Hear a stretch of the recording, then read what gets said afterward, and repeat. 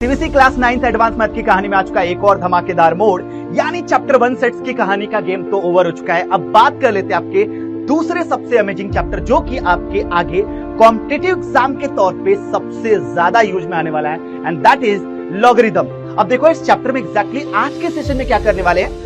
Hello warriors, क्या हाल चाल। तो सबसे पहले बात कर लेते हैं इसके बेसिक ओवरव्यू को लेकर कि एग्जैक्टली लॉगरिथम आया क्यों इसका इस्तेमाल किया जाता है। तीसरी इंपॉर्टेंट बात, सर दूसरी इंपॉर्टेंट बात पहले बता दो, दैट इज कि logarithm as a inverse of exponent कैसे काम करता है। तो तीसरी इंपॉर्टेंट बात सीख लेते हैं कि लॉगरिथम थ्रू पावर ऑफ 10 कैसे काम करेगा, और सबसे बवाल चीज कि भैया इस लॉगरिथम की प्रॉपर्टीज क्या होती है। तो ये सारी चीजें आज के इस लेक्चर में हम कवर करने वाले हैं।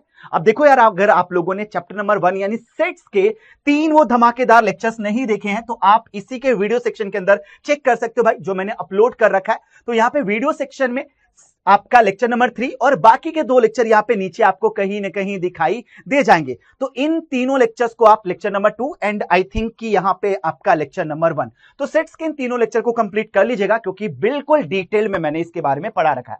आज दूसरे चैप्टर पे आ चुके, तो इस दूसरे चैप्टर की कहानी को स्टार्ट करते हैं। अब यहां पे आपके नॉलेज का जो रोलर कोस्टर राइड है काफी बवाल होने वाला है, तो बाबू मोशाय कुर्सी की पेटी बांध लीजिएगा। चलिए जी, सबसे पहले चलते हैं इसकी पूरी कहानी के पीछे। अब देखो, बड़ा सिंपल सा कॉन्टेक्स्ट है कि पहले जब नंबर्स बहुत छोटे हुआ करते थे, माइक्रोन आप लोगों ने सुना होगा, या नंबर बहुत बड़े हुआ करते थे, जैसे कि अर्थ से सन का डिस्टेंस। अभी इतना बड़ी क्वांटिटी है कि इसको प्रोनाउंसिएट करना काफी बार टफ हो जाएगा, काफी बार ऑन पेपर लिखना टफ हो जाएगा। तो कुछ ऐसे सिस्टम का इस्तेमाल किया गया जो इसको फिजिबल बना पाए, और उस सिस्टम का नाम पड़ा पावर एंड एक्सपोनेंट। जैसे मैं अगर एक नंबर बोलूं 100000000, भाई इतना बड़ा नंबर है, तो क्या करे भाई इसके पीछे, तो मैं लिखूंगा 10 की पावर जितने जीरोस हैं। तो ये एक तरीका हो सकता है एक बड़े से नंबर को स्मार्टली लिखने और प्रोनाउंसिएट करने का। अब जब इतने बड़े नंबर को यूज में लेना था, कैलकुलेशन में लेना था, तो वहां पे मैथमेटिशियन को स्टिल प्रॉब्लम परसिस्ट हो रहा था, फेस करना पड़ रहा था। तो उन्होंने यहां पे एक नए तरीके के सिस्टम की खोज की, जिसका नाम पड़ा लॉगरिथम। अब ये कौन महानुभाव थे, तो बोला गया the concept of logarithm was introduced by Scottish mathematician John Napier. तो भाई ये हैं आपके इस पर्टिकुलर कॉन्सेप्ट के बारे में कहानी लिखने वाले। लेटर ऑन हेनरी ब्रिक्स जो है बेटा, उन्होंने इस कॉन्सेप्ट को और ज्यादा रिफाइन किया और डेवलप किया एक कॉमन लॉगरिथमिक बेस 10। भैया बेस 10 और बेस ए, ये 2 तरीके के आपके लॉगरिथम होते हैं। तो जो आपका बेस 10 का लॉगरिथम है वो हेनरी ब्रिक्स ने यहां पे खोज की थी, विच become widely use in the science and engineering. आपने काफी बार देखा होगा कि केमिस्ट्री के अंदर बात करूं, जब केमिकल रिएक्शंस होते हैं तो रेट ऑफ रिएक्शंस में लॉगरिथम फंक्शन का इस्तेमाल होता है। बायो के अंदर बात करूं तो बैक्टीरिया का ग्रोथ रेट, वहां पे आपके लॉगरिथम का इस्तेमाल होगा। फिजिक्स के अंदर तो भाई मल्टीपल जगह पे लॉग का इस्तेमाल आप देखते हो नजर आओगे, एंड मैथमेटिक्स में हर जगह लगभग ऑलमोस्ट मैक्सिमम जगह पे इस कैलकुलेशन को इस्तेमाल में लेते हैं। तो बस छोटा सा कॉन्टेक्स्ट मैंने आपको बता दिया। मुद्दे पे आते हैं कि एग्जैक्टली लॉगरिथम को डिफाइन कैसे किया गया। अब थोड़ी बात को डिटेल में समझना कि मैं एक नंबर लिख रहा हूं 1000। भैया 1000 का मतलब होता है 10 की पावर 3। मैंने क्या बोला, 10 की पावर 3, यानी अब बड़े से नंबर को लिखने के हिसाब से छोटा कर दिया गया। लेट्स से एक नंबर है 1, इसके पीछे मैं लगा देता हूं टोटल कितने जीरो, 4 5 6 7 8 9 10। अब यार इतने बड़े नंबर को अगर मैं पेपर पे लिखूंगा तो क्यों नहीं इसको ऐसे लिख दूं। यानी अब आप बहुत ज्यादा इफिशियंटली किसी नंबर को प्रोनाउंसिएट भी कर पाओगे, लिख पाओगे। पर भैया ये तो पावर एक्सपोनेंट का खेल है, लॉगरिथम क्या होता है ये बताओ। तो इसी से जन्म होता है आपके लॉगरिथम का, कि ये जो पावर एंड एक्सपोनेंट का गेम आप देख रहे हो, सुनना किसका मीनिंग क्या होता है कि 10 की पावर 3 आपका देता है 1000। क्या देता है दोस्त, 10 की पावर 3 जो देता है वो देता है 1000। तो इससे उल्टा सवाल पूछो कि भाई ये 1000, ये जो 3 है ना, ये जो 3 पावर 3 है, ये किसके ऊपर लग जाए कि रिजल्ट दे दे 1000। 1000 आपका आउटपुट लाना है, पर किसके लिए, 10 की पावर। तो भाई हमारा आउटकम आता है कि भैया पावर 3 लगा दो, 10 की पावर 3 लगा दो तो 1000 आ जाएगा। नहीं समझ में आया, थोड़ा और डेप्थ में आपको ले चलता हूं, थोड़ी और ज्यादा डेप्थ में आपको ले चलता हूं। चलिए जिस कहानी को ना और आसान करता हूं। तो यहां पे लॉगरिथम और इनवर्स ऑफ एक्सपोनेंट के गेम को समझते हैं। लेट्स से कि आपको ऑलरेडी पता भाई कि एक्सपोनेंट क्या करता है, किसी बहुत बड़े नंबर को बहुत सिंपल भाषा में लिखने की कोशिश करता है। जैसे 10 की पावर 2 मतलब 100, 10 की पावर 3 मतलब 1000। तो भाई मैंने क्या किया, बड़े बड़े नंबर्स को बड़े आराम से पावर एक्सपोनेंट की गेम से उसको छोटे से शब्दों में लिखने की कोशिश की।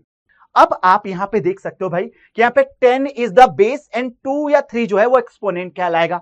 हाँ जी सर, यूजुअली बेस और एक्सपोनेंट को हम क्या जानते हैं भैया, रिजल्टिंग वैल्यू इससे कैलकुलेट की जाती है कि भैया बेस की पावर 2। तो बेस की पावर 2 का मतलब होता है कि बेस 2 टाइम्स मल्टीप्लाइड है। जैसे 10 की पावर 3 10 टाइम्स मल्टीप्लाइड है भाई, जो सॉरी 10 जो है वो 3 टाइम्स मल्टीप्लाइड है। अगर मान लो 10 की पावर 4 तो 10 4 टाइम्स मल्टीप्लाइड है, इसका मीनिंग आता है। अब यहां पे समझना कि लेट से कि भाई 2 की पावर 3 हमारा 8 आता है भैया, 2 इंटू 2 इंटू 8। तो ये एक एक्सप्रेशन दिया गया जहां पे बेस है 2 एक्सपोनेंट है 3 और उसका रिजल्ट आता है 8। अब खुद से एक रिवर्स सवाल पूछो, उससे एक रिवर्स सवाल पूछो, यानी क्या करो दोस्त, थोड़ा सा कन्वर्स करते जाओ, थोड़ा उसको इनवर्स करते जाओ कि 2 रेज टू व्हाट, 2 की पावर ऐसा क्या लगा दूं, ऐसा क्या लगा दूं जिससे आपका आउटकम जो है 2 रेज टू दी पावर, क्या पावर लगाया जाए जिससे आउटकम आपका 8 आ जाए। 2 का ऐसा क्या पावर लगा दूं कि आपका आउटकम 8 आ जाए। यह सवाल उल्टा पूछो, क्योंकि मुझे पता है कि 2 की पावर 3 का आउटकम 8 आता है। तो थोड़ा सवाल को और मैंने घुमा फिरा के पूछा कि 2 पे ऐसा कौन सा पावर लगा दिया जाए, ऐसा क्या लिख दिया जाए कि आउटकम 8 आ जाए। तो आप बोलोगे 3, आप क्या बोलोगे 3। तो वही चीज आपको अब लॉगरिथम के टर्म्स में लिखने की कोशिश करो कि आप कह रहे हो कि आउटपुट 8 लाने के लिए 2 पे ऐसा क्या पावर लगा दिया जाए। तो वो जो पावर लगाते हो वो यहां पे नोट किया जाता है दोस्त, याद रखिएगा। अब आप देख पा रहे हो कि भैया ऐसा क्यों लग रहा है कि ये दोनों इंटर रिलेटेड है। इस बात को समझते हैं कि 2 की पावर 3 जो था वो 8 आया था, ये था एक्सपोनेंशियल फॉर्म में, और इसी का आपने लॉग फॉर्म बनाया कि 8 आउटपुट लाने के लिए ये जो 2 है इसका पावर जो है वो 3 होना चाहिए, और क्या करने पे ये लॉग। तो भैया ये इसलिए लॉग आया। वैसे तो सुनने में देखने में बड़ा फैसिनेटिंग है, पर अभी भी ना डेप्थ में मीनिंग नहीं समझ में आ रहा है कि जरूरत क्या पड़ी भाई, जब ये था, जब ये महोदय हाजिर थे तो इसकी क्या जरूरत पड़ेगी। अभी पता चलने लगेगा थोड़ी देर में, जब रेट ऑफ रिएक्शंस, जब रेट ऑफ ग्रोथ, जब इन सारी चीजों की बात की जाएगी, एक्सपोनेंशियल फंक्शन की जगह पे लॉगरिथम फंक्शन की बात की जाएगी, तो इसकी मीनिंग समझ में आएगी कि why we introduce a few more type of technique जिससे हम इतने बड़े बड़े नंबर्स को कैलकुलेशन में ले पाए। तो ये मीनिंग आप लोग देख पा रहे हो बेटा, ये मीनिंग आप लोग देख पा रहे हो कि अब इसको ना आप ऐसे समझना, सिंपल भाषा में ऐसे समझना कि भैया ये जो होता नहीं, ये मेरा आउटकम राइट साइड में लिखा जाता है। किधर लिखा जाता है, राइट साइड में। और कहते हैं कि मुझे जो आपको लॉग किसका लेना भाई, लॉग लेना अपने आउटकम का, और ये आउटकम किस पे आया था, 2 की पावर कुछ रखने पे। तो ये अपना वो तरीका हो गया जिससे आप इन दोनों को क्या कर सकते हो बेटा, आपस में कन्वर्ट कर सकते हो। यानी एक्सपोनेंट फॉर्म से लॉग फॉर्म में जाने के लिए क्या करना होता है वो आप लोग देख लीजिए। तो ये एक्सपोनेंट फॉर्मेट और ये है लॉगरिथम फॉर्मेट, लोगारिथम फॉर्मेट देख लीजिए बेटा, ये आपका लॉगरिथम फॉर्मेट है, ये एक्सपोनेंट फॉर्म उसी का लॉग फॉर्म। तो भैया ये तो आपस में इंटर रिलेटेड है। जवाब है बिल्कुल हाँ, यानी जो आपका एक्सपोनेंट फॉर्म होता है वहां से लॉग फॉर्म से एक्सपोनेंट फॉर्म। तो लॉग का मीनिंग मोटा मोटा आप लोगों को समझ में आ चुका होगा। तो लॉगरिथम सिंपली क्या करता है, रिप्रेजेंट करता है exponent required to obtain a given number from the particular base. अब मैंने देखो सिंपल सी चीज कि जब लॉग लिखना चालू किया तो भाई इसको मैं बोलूंगा कि ये बेस है भाई।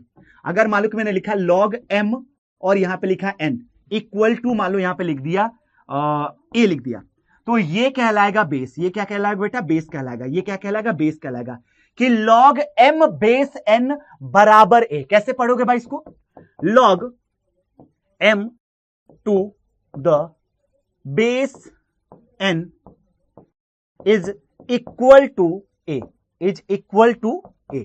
तो प्रोनाउंसिएशन आपका बड़ा साफ हो जाएगा कि भैया अगर मैं m का लॉग लेता हूं जिसका बेस n है तो हमारा आउटपुट आता है a। क्या मेरी बात समझ में आई। तो दिस इज कॉल्ड बेस। भैया तो फिर इसको क्या बोलते हैं, इसको क्या बोलते हैं, थोड़ा ठहर जाइए, थोड़ा थम जाइए, इस पे भी बातचीत जरूर करेंगे। तो भाई वापस आपको ले चलता हूं कि भाई साइंटिस्ट ने उसको लिखने की कोशिश थोड़ी डिफरेंट की कि भाई ये जो होता है ना 10,000 का बेस अगर लाना, 10 पे ऐसा क्या बेस रखा जाए, ये जो बेस 10 इस पे ऐसा क्या रख दो कि 1000 आ जाए, दैट इज 3। तो भाई बात सिंपल सी कि जो बेस था वो बेस के अंदर ही रहेगा, जो बेस है वो बेस के अंदर ही रहेगा, जो बेस है अभी भी लॉग के बेस के अंदर है। यानी अब ये थोड़ा उसी बात को उल्टे तरीके से समझाने की कोशिश कर रहा है कि इस बेस 10 पे ऐसा क्या रख दिया जाए कि आउटपुट मेरा 1000 आ जाए। तो भाई ये लॉग फॉर्मेट हो गया। तो ये आपस में इंटर रिलेटेड होते हैं। उम्मीद है कि ये बात आप लोगों को समझ में आ चुका होगा।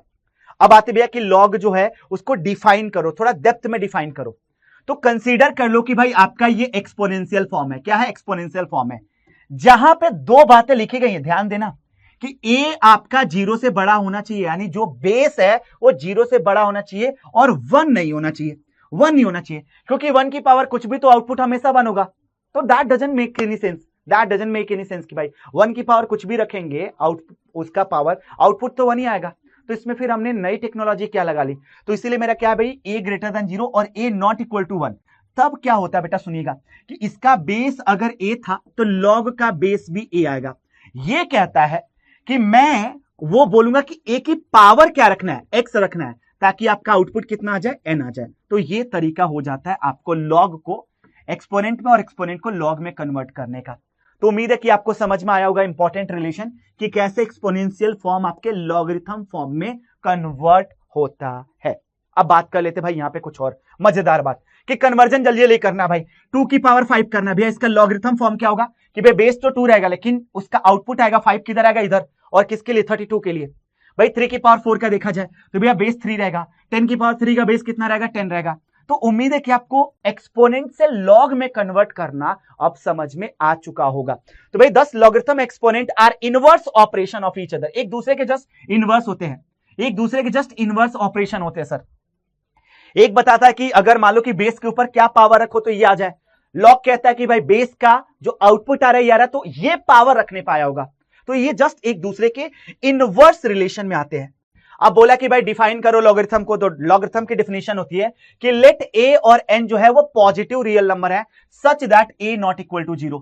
तो कह रहा है कि ए की पावर अगर एक्स दिया गया एन के बराबर, तो लॉग ऑफ एन बेस ए जो है वो एक्स के बराबर आ जाएगा।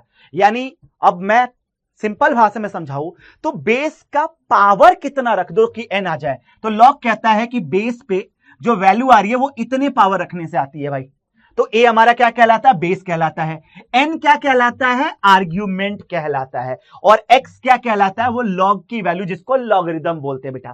तो आपको समझ में आया कि अगर मान लो कि ऐसा लिखा गया log M base N equal to मान लो ए, तो भैया इसको आर्ग्यूमेंट बोलते हैं, इसको आर्ग्यूमेंट बोलते हैं। क्या बोलते हैं बेटा? बेस को आर्ग्यूमेंट बोलते हैं। इसको मैं क्या बोलूंगा भैया? इसको मैं बेस बोलूंगा। और ये क्या कहलाएगा? ये कहलाएगा लॉग की वैल्यू या लॉगरिथम। इसको मैं लॉगरिथम डायरेक्टली लिख देता हूं, या जिसको लॉग वैल्यू बोलते हैं बेटा, लॉगरिथम या लॉग वैल्यू। तो मीनिंग समझ में आया बेटा इन तीनों का मीनिंग समझ में आया। चलिए और आगे बढ़ते हैं। तो भैया कंडीशन कुछ लगानी पड़ेगी लॉग को समझने से पहले, और वो मैंडेटरी कंडीशन देखो भाई कि अगर आपका log n बेस ए एग्जिस्ट कर रहा है तो कुछ 3 शर्तें फॉलो करेगा। पहला क्या कि आपका बेस हमेशा जो है बेटा वो पॉजिटिव होना चाहिए। नेगेटिव बेस पे लॉग नहीं लगता है, नेगेटिव बेस पे लॉग नहीं लगता है। दूसरा कि भाई आपका बेस जो है वो इक्वल टू 1 नहीं होना चाहिए, क्योंकि 1 की पावर कुछ भी, तो भाई ये तो कोई मीनिंगफुल टर्म हुआ ही नहीं सर। 1 की पावर 1 करोड़ रख लो 1 ही आएगा। तो इसमें आपने यूज क्या किया? तो इसलिए ए की पावर 1 पे आपका लॉग नहीं लगता है। उसका रीजन भी मैं बताऊंगा और डिटेल में।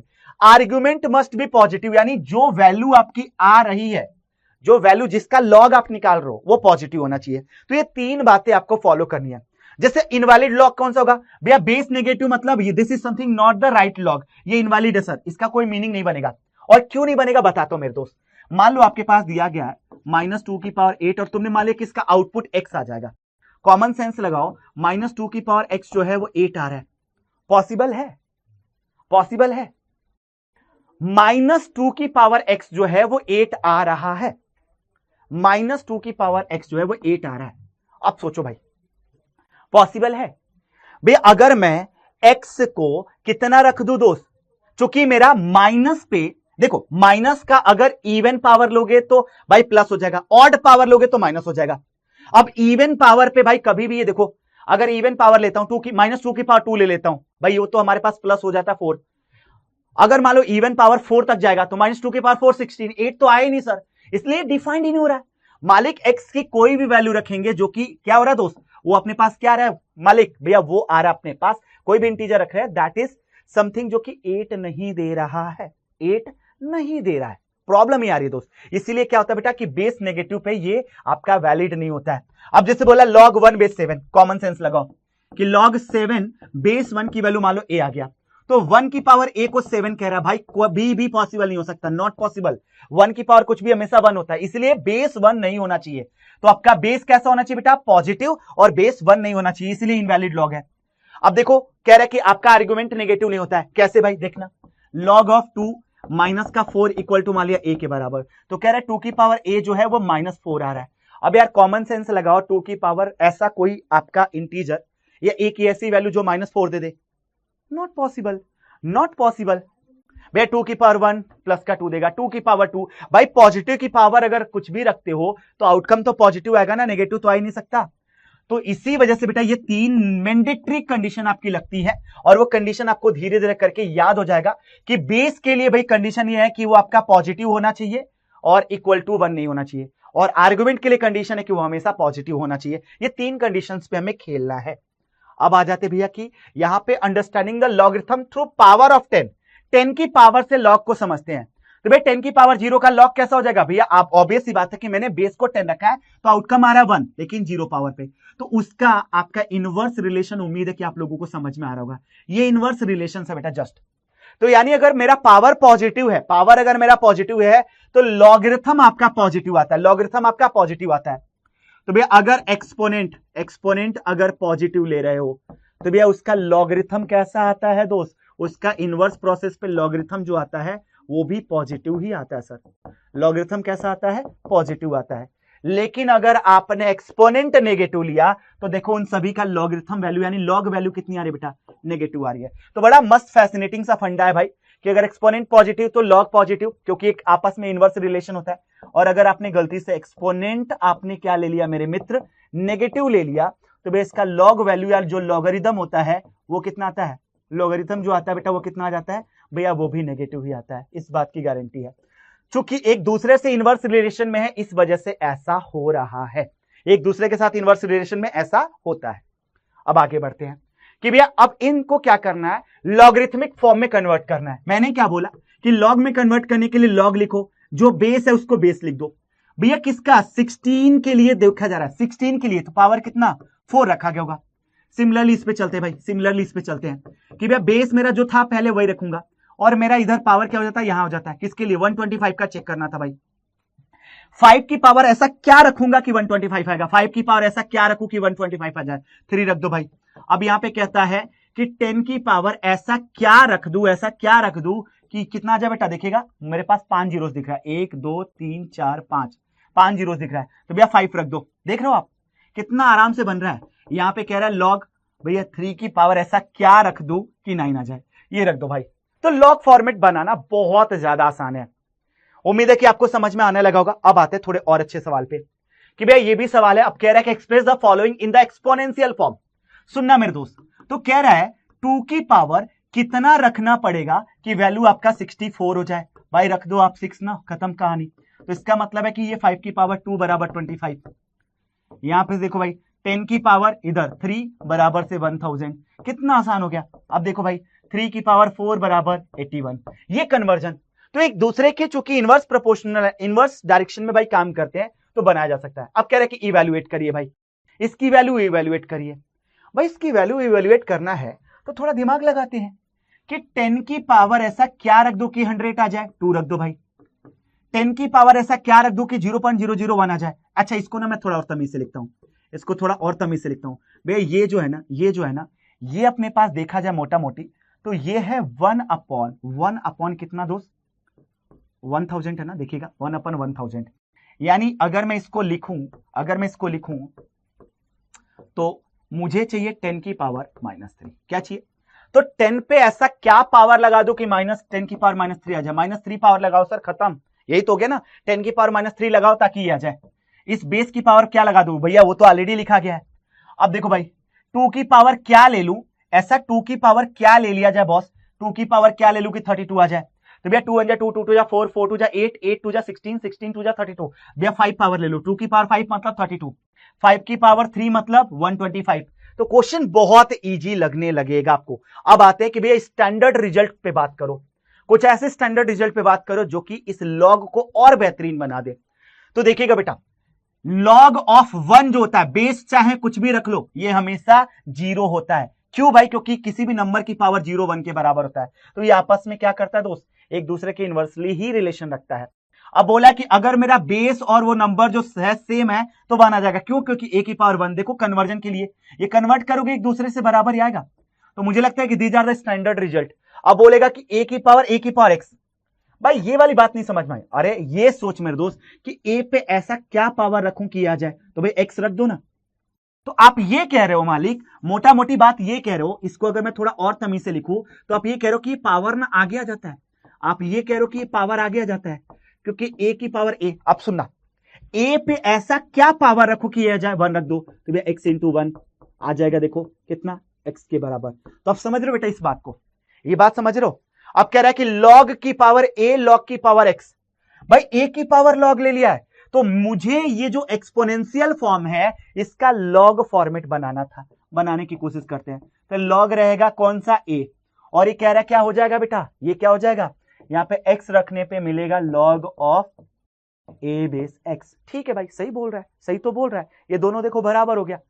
तो क्या आपके पास मोटा मोटी बात ये कह रहा है कि a की power log of a base x जो है, तो ये आपस में स्वैप हो सकता है। ये जब आपस में सेम होता है तो वैल्यू में केवल x छोड़ता है, वैल्यू में केवल x छोड़ता है, देखना वैल्यू में केवल x छोड़ता है। तो जवाब है यस। तो ये कुछ लॉग की कॉमन प्रॉपर्टीज है। अब आते हैं, लॉग भी ना दो तरीके से होते हैं बेटा। जॉन नेपियर ने जब लॉग को डिफाइन किया था तो उसके बाद से आपको अभी जस्ट पढ़ाया था भाई कि उसको थोड़ा सा और एडवांसमेंट किया गया था। तो अब इसमें आया सबसे पहले कॉमन लॉगरिथम। कॉमन लॉगरिथम क्या होता है बेटा कि अब लॉग की बेस हमेशा सर क्या 10 होगा या कुछ भी हो सकता है। तो जब हमेशा बेस को 10 ले लिया जाए तो समझ लेना कि मैं एक कॉमन लॉग लेने वाला हूं। जैसे मान लो लिख देता हूं लॉग ऑफ 10 या 100 और मैं लिखता हूं कि ये वैल्यू आ रही 2 के बराबर। भैया बेस कहां लिखे हो? तो ऐसे सिचुएशन में याद रखना कि मैंने बेस को कॉमन ले रखा है, दैट इज हमेशा 10। तो कॉमन बेस कितना होता है बेटा, 10। तो इसको कॉमन बेस बोला जाता है। ये क्या बोला जाता है बेटा, कॉमन लॉगरिथम बोला जाता है। कॉमन लॉगरिथम, लॉगरिथम क्यों? क्योंकि भैया ऐसे में बेस जो होता है, ऐसे में बेस की वैल्यू हमेशा 10 ली जाती है। यानी कॉमन लॉगरिथम के बेस की वैल्यू हमेशा 10 होती है। आप लिखो ना लिखो बात बराबर है। तो क्या मेरी बात समझ में आई? क्या मेरी बात समझ में आई कि अगर मैं इसको 10 और ऐसे लिख देता हूं, ऐसे लिख देता हूं, तो भैया इसको ना आप चाहो तो बिना 10 लिखे भी लिख सकते हो। आप बेस हटा दो, उसका मीनिंग सेम ही होगा सर, मीनिंग दोनों का सेम ही होगा, दोनों का मीनिंग सेम होगा कि आप बेस लिखो या ना लिखो। अगर ऐसा कोई लॉग लिखा गया तो this is the common log, this is the common logarithm. लेकिन नेचुरल लॉगरिथम क्या होता है? तो आप लोगों ने सुना होगा कि ln e आता है, ln e, log e। तो मान लो कि मैं लिख देता हूं ln e, तो ये आपका जो है, अब इसमें जो आपका बेस है मेरे दोस्त वो चुपचाप एक्सपोनेंशियल फंक्शन e है और उसकी वैल्यू होती है 2.71828, क्योंकि ये अपने पास एक इरेशनल नंबर होता है। तो भाई एक्सपोनेंशियल फंक्शन या एक्सपोनेंशियल कांस्टेंट बोलते हैं बेटा, e जो होता है वो एक्सपोनेंशियल कांस्टेंट। तो log अब मोटा मोटी समझ में आया कि दो तरीके का होता है, एक लिखते हैं log और एक जगह पे लिखते हैं ln। तो log लिखा है मतलब बेस 10 हुआ होगा और ln लिखा मतलब बेस e रहा होगा। याद रखना बेटा, ये दो तरीके के लॉग को हम अपने सिलेबस के अंदर पढ़ते हैं। लॉगरिथम जो होता है बेटा वो दो तरीके से पढ़ा जाता है। अगर log 10 लिखा मतलब बेस 10 यानी ये कॉमन लॉगरिथम है, और ln e लिखा मतलब ये भी लॉगरिथम है लेकिन बेस e वाला है सर। काफी बार लिखा नहीं होगा, अगर log और ln लिखा मतलब आप समझ जाना। अब आते हैं अपने सबसे धमाकेदार पोर्शन पे, एंड दैट इज लॉगरिथम की सबसे बेहतरीन प्रॉपर्टी या लॉ। सबसे पहला प्रॉपर्टी बेटा दैट इज प्रोडक्ट लॉ। क्या कहता भाई कि अगर मैं log ऑफ mn लिखना चाहूं तो मैं उसको प्रॉपर्टी के हिसाब से log m plus log n लिखूंगा। भाई लेकिन ये कैसे हो सकता है कि अगर आपका log के अंदर की चीजें मल्टीप्लाई रहती है तो एक्सपेंड करने पे बीच में प्लस साइन आ जाता है? ये क्या मजाक है? यहां पे अगर मल्टीप्लाई है तो यहां पे बीच में आप कह रहे हो कि एक्सपेंड करने पे प्लस साइन आ जाता है।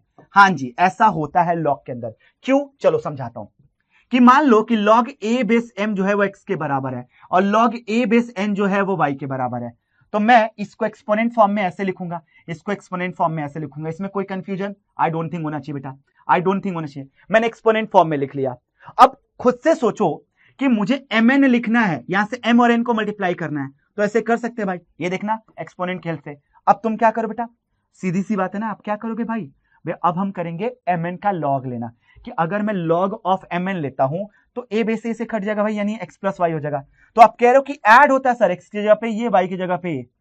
तो मेरे पास सीधी सी बात है कि लॉग में प्रोडक्ट रूल हमेशा एडिशन में जाके कन्वर्ट होता है। तो लॉग mn जो होता है log m plus log n होता है, यानी जब प्रोडक्ट हो रहा हो तो लॉग एक्सपेंड होके एडिशन में चला जाता है। और अब आता है आपका क्वाइसेंट लॉ। ये क्या कहता है कि जब आपका डिवाइड हो रहा हो तो लॉग में सब्ट्रैक्शन चालू हो जाता है। यहां पे है डिवीजन साइन और यहां पे है सब्ट्रैक्शन साइन।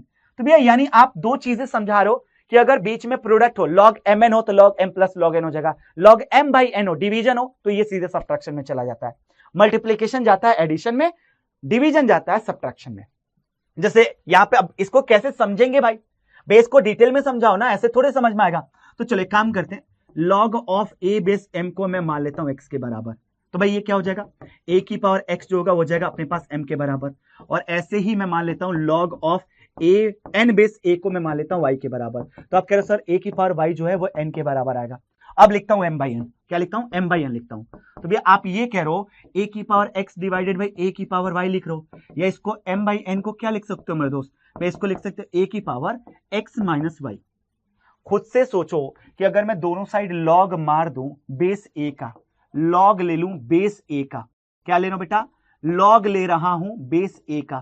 तो भैया आप लॉग ले रहे हो बेस a पे, किसका, इसका, ये हो जाएगा x माइनस वाई। अब मैंने क्या पढ़ा था, ये जब सेम होता है तो ये सीधे पावर आगे चला जाता है। तो log of a m upon n बराबर x माइनस वाई। अब x की वैल्यू चिपका दो और y की वैल्यू चिपका दो। तो x की वैल्यू है log of m minus log of n और दोनों का बेस a। तो क्या डिवीजन पे ये सब्ट्रैक्शन में शिफ्ट हो जाता है, तो जवाब है हाँ जी सर, कि जब लॉग में डिवीजन हो तो ये सब्ट्रैक्शन से एक्सपेंड होता है, जब यहां पे सब्ट्रैक्शन स्टार्ट हो जाता है। अब आते हैं कि भैया लॉग की और कुछ बेहतरीन प्रॉपर्टी, पावर ऑफ लॉग। तो लॉग के अंदर ये पावर जो है वो आगे हमेशा निकल आता है बेटा, ये याद रखिएगा। पावर जो होता है अगर अंदर, ये जो आपका क्या दिया गया दोस्त, आर्गुमेंट दिया गया है, आर्गुमेंट पे कुछ भी पावर है तो सीधे लॉग के बाहर आ जाता है। तो पावर लॉ सीधे किस में चला जाता है बेटा, प्रोडक्ट में। तो अगर आपका एक्सपोनेंट है तो वो सीधे आ जाता है कोफिशिएंट में, किस में आ जाता है बेटा, लॉग के कोफिशिएंट में, कोफिशिएंट ऑफ लॉग आ जाता है, मतलब आगे आके मल्टीप्लाई हो जाता है। अगर एक्सपोनेंट है तो सीधे कोफिशिएंट में आ जाता है बेटा। कैसे प्रूफ करे भैया, इसको प्रूफ करने का भी तो कुछ तरीका बताओ। चलो भाई प्रूफ करने की कोशिश करते हैं। तो मैं क्या करता हूं, लॉग ऑफ a m की पावर n को मैं मान लेता हूं x के बराबर। तो आप ये कह रहे हो भाई कि a की पावर x जो है वो m की पावर n है। हाँ जी बिल्कुल ठीक सोचा आपने, बिल्कुल ठीक सोचा आपने। मैं और क्या करने वाला हूं भाई, और क्या करने वाला हूं इसमें तो भैया क्या लॉग लिया जा सकता है, क्या इसमें हम लॉग ले सकते हैं, ले लो भाई। तो x लॉग ऑफ a बराबर n लॉग ऑफ m, दोनों का बेस सेम है भाई, दोनों का बेस सेम है, दोनों का बेस सेम है। अब मैं वापस चलता हूं अपने कॉन्सेप्ट पे कि भैया जो x था वो कितना था भाई, x जो था वो कितना था भैया, x तो इतना था यार, x जो था वो तो इतना था, x जो था वो इतना था, लगा देते भाई, लॉग ऑफ m की power n base a into log of ये कितना है a। देखना यही तो होगा ना दोस्त, देखना यही तो होगा ना, चेक करो चेक करो चेक करो। तो भैया इससे कुछ आउटपुट आ रहा है क्या, इससे कुछ आउटपुट आ रहा है। लॉग के अंदर अगर दो लॉग आपस में मल्टीप्लाई हो रहे हैं तो इसका मतलब ये मत समझ लेना कि उसके आप आर्गुमेंट को मल्टीप्लाई कर दो। ये कोई भी इस तरीके का डायरेक्टली रूल नहीं होता है, इस तरीके का कोई भी डायरेक्ट रूल नहीं होता है। वैसे तो देखो मैंने लाके वहीं पटक दिया ना दोस्त, लाके तो वहीं पटक दिया ना, क्या मेरी बात समझ में आई, कि सेम चीज को उठाया लॉग के फॉर्मेट में लाके पटक दिया। यानी हमारे पास क्या होता है दोस्त, जो एक्सपोनेंट होता है वो आगे सीधे चलाता कोफिशिएंट में। तो अगर मैं बोलूं इसकी वैल्यू बताओ 3 सीधे आ जाएगा कोफिशिएंट में। एग्जांपल के तौर पे मैं बोलूं लॉग ऑफ 10 की पावर 7 और यहां पे मान लो 10 दे दिया है, तो भैया 7 सीधे कोफिशिएंट में आ जाएगा। सर बेस का सेम होना जरूरी है, नहीं, कोई मैंडेटरी नहीं बेटा, नथिंग मैंडेटरी, कोई जरूरी नहीं है, ये सीधे आके कहां पे आ जाएगा बेटा 7। तो आप लिखोगे 7 लॉग ऑफ 10 बेस 10, समझ रहे बेटा। मान लो यहाँ पे बेस 8 होता तो भैया यहाँ पे 8 हो जाता। तो सीधे जो एक्सपोनेंट होता है बेटा कहां पे चलाता है, सीधे कोफिशिएंट में चलाता है। अब आखिरी property that is change of base formula. Change of base formula इसका इस्तेमाल क्यों किया जाता है, काफी बार लॉग के क्वेश्चन में बहुत बार आपको डिफिकल्टी होगी तो आपको बेस भी चेंज करना पड़ेगा। जैसे इस लॉग का बेस अगर देखो a है, मैं चाहता हूं कि बेस को कुछ और बना दूं, तो मैं क्या करूंगा, b बेस c कर दिया और a बेस c कर दिया, यानी सीधे बांट दिया भाई।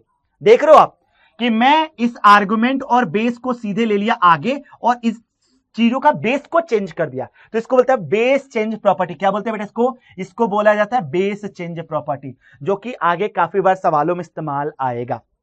तो भाई मुझे लगता है कि अब आखिरी एक कॉन्सेप्ट और आज सिखाने वाला हूं और इसके बाद से ये जो आज का सेशन है ये बाइंड अप हो जाएगा।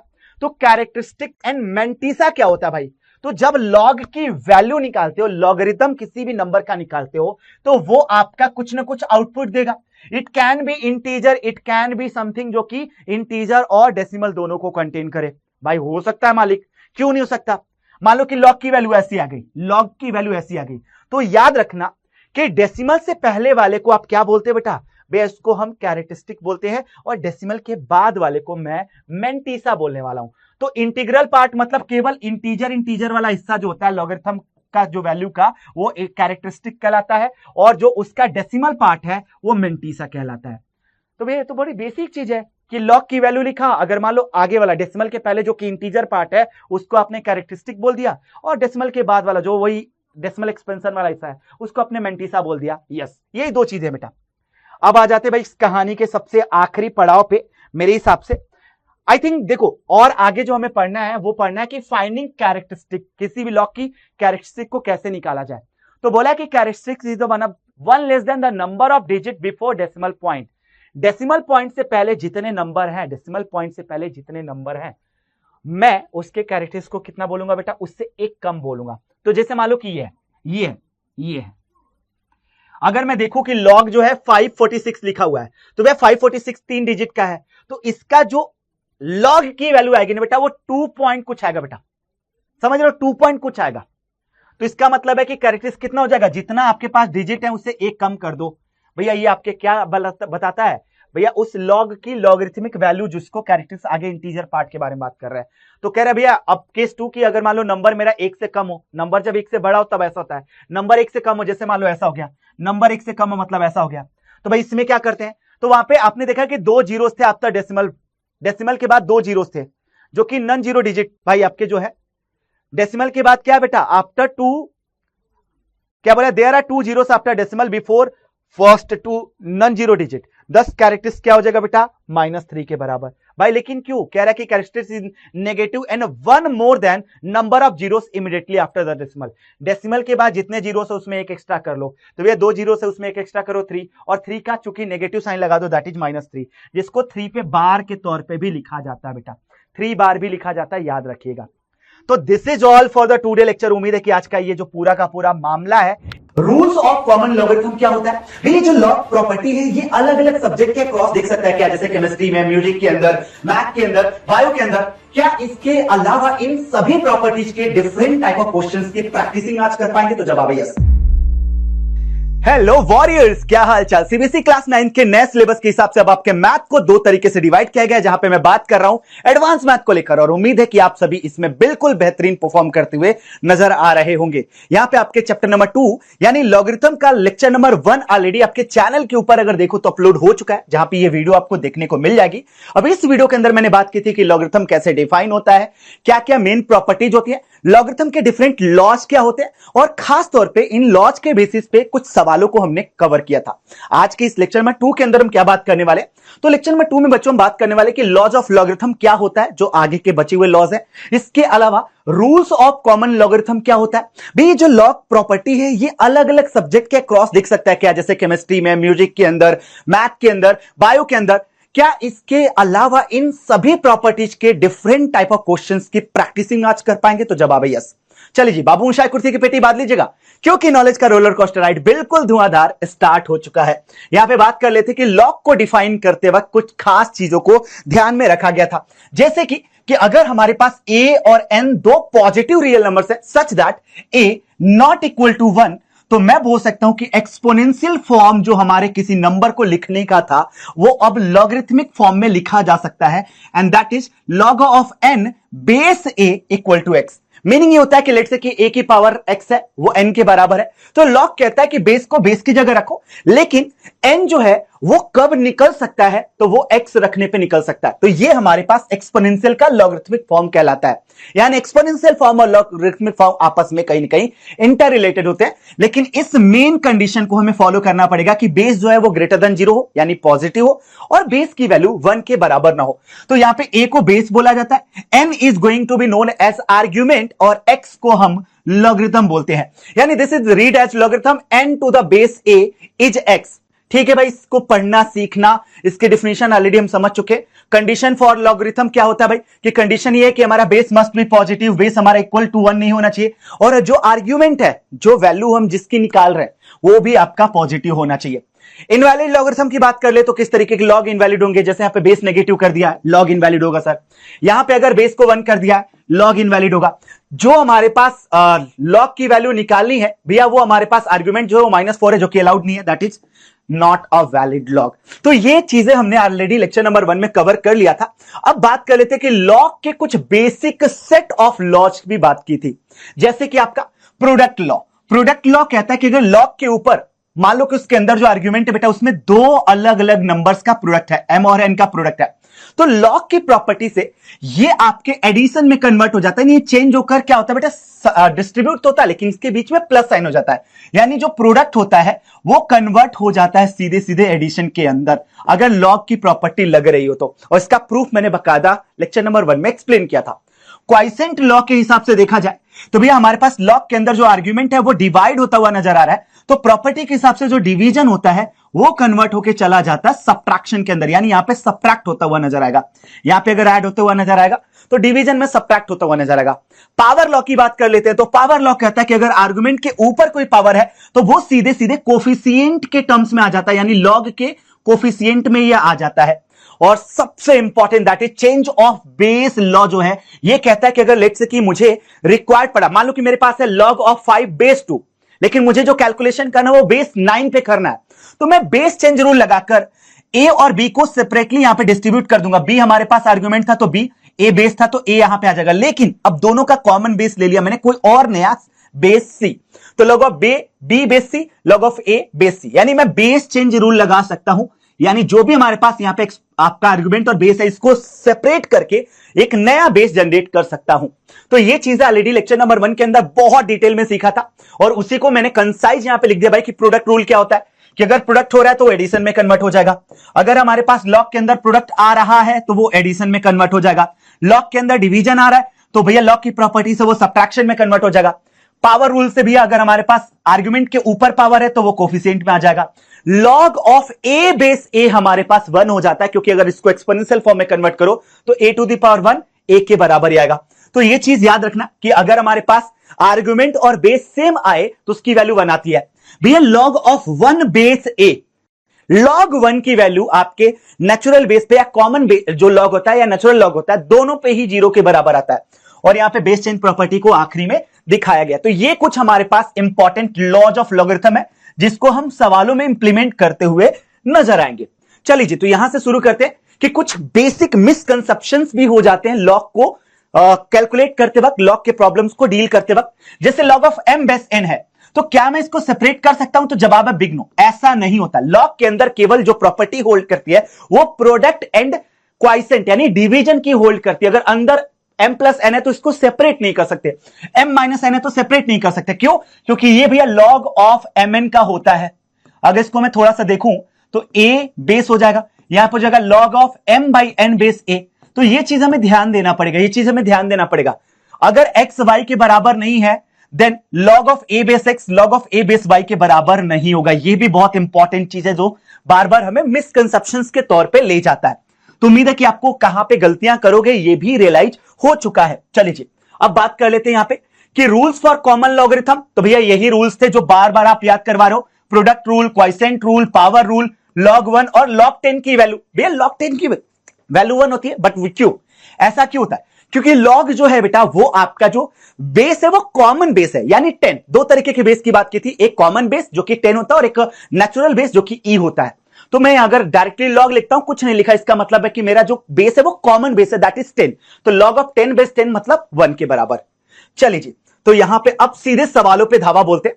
अब देखो log 2 और 2 log 7, अगर इन सभी लॉग्स को देखो तो किसी का भी बेस मेंशन नहीं किया गया। इसका मतलब है कि भाई हमारा जो बेस है वो बेस 10 है, ऑलरेडी वो कॉमन बेस पे लिया गया। तो मैं अगर यहां पे देखूं तो इसको कंबाइन करना है समथिंग, क्योंकि हमारे पास आर्गुमेंट अलग अलग है, डायरेक्टली कंबाइन नहीं कर सकते। लेकिन अगर मैं यहां पे एक्सपोनेंट पावर रूल लगा दूं तो ये हो जाएगा log ऑफ 2 प्लस यहां पर हो जाएगा log ऑफ 7 की पावर 2, क्योंकि पावर रूल से ये ऊपर चला गया। अब ये हो जाएगा log of 2 plus log of 7 का स्क्वायर 49। अब मुझे पता है कि log m plus log n जो होता है वो जाता है log ऑफ mn, तो जाएगा 2 इंटू 49, और यही हमारा फाइनल आंसर हो जाएगा। यानी log ऑफ 9 टू 18 का मतलब 8, 1 कैरी ओवर, 4 टू 8 प्लस 1 98, और बेस 10 अगर है तो ठीक है, बिना मेंशन किए भी चल सकते हो। तो this is the final answer जो हमें मिलेगा। सिमिलरली यहां पे अगर देखो तो भैया सभी का जो बेस है वो सेम है।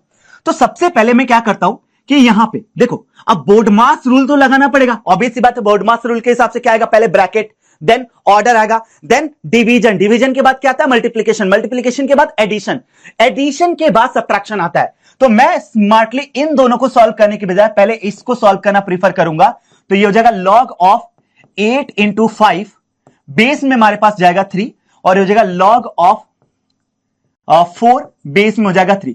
अब मैं इसको कर सकता हूं कि log m minus log n के फॉर्मूले से, तो हो जाएगा log ऑफ 3, और यहां पे बनेगा 8 इंटू 5 डिवाइडेड बाई 4। यानी आप चाहे तो शुरुआत में इन दोनों को करके करते तब भी आंसर आ जाता। तो बोर्ड मास बेसिकली log के ऊपर भी कुछ कुछ जगह पे यहां पे होल्ड नहीं कर रहा है, मतलब डायरेक्टली एप्लीकेबल नहीं है। तो जगह log ऑफ 10 बेस 3। अभी मत करना कि यहां पे इसकी वैल्यू को आप 1 कर दो, नहीं, नॉट इक्वल टू 1। क्यों? क्योंकि ये बेस हमारा डिफरेंट है, ये हमारा कॉमन लॉग नहीं है। तो प्लीज इस बात को ध्यान दीजिएगा, किसकी वैल्यू केवल आएगी log ऑफ 10 बेस 3। सिमिलरली अगर यहां पे देखे भैया बेस जहां मेंशन नहीं है वहां पे ऑटोमेटिकली कॉमन लॉग ले लो, यानी बेस 10 ले लो। तो चलिए भाई इसको भी ये जल्दी जल्दी कर लेते।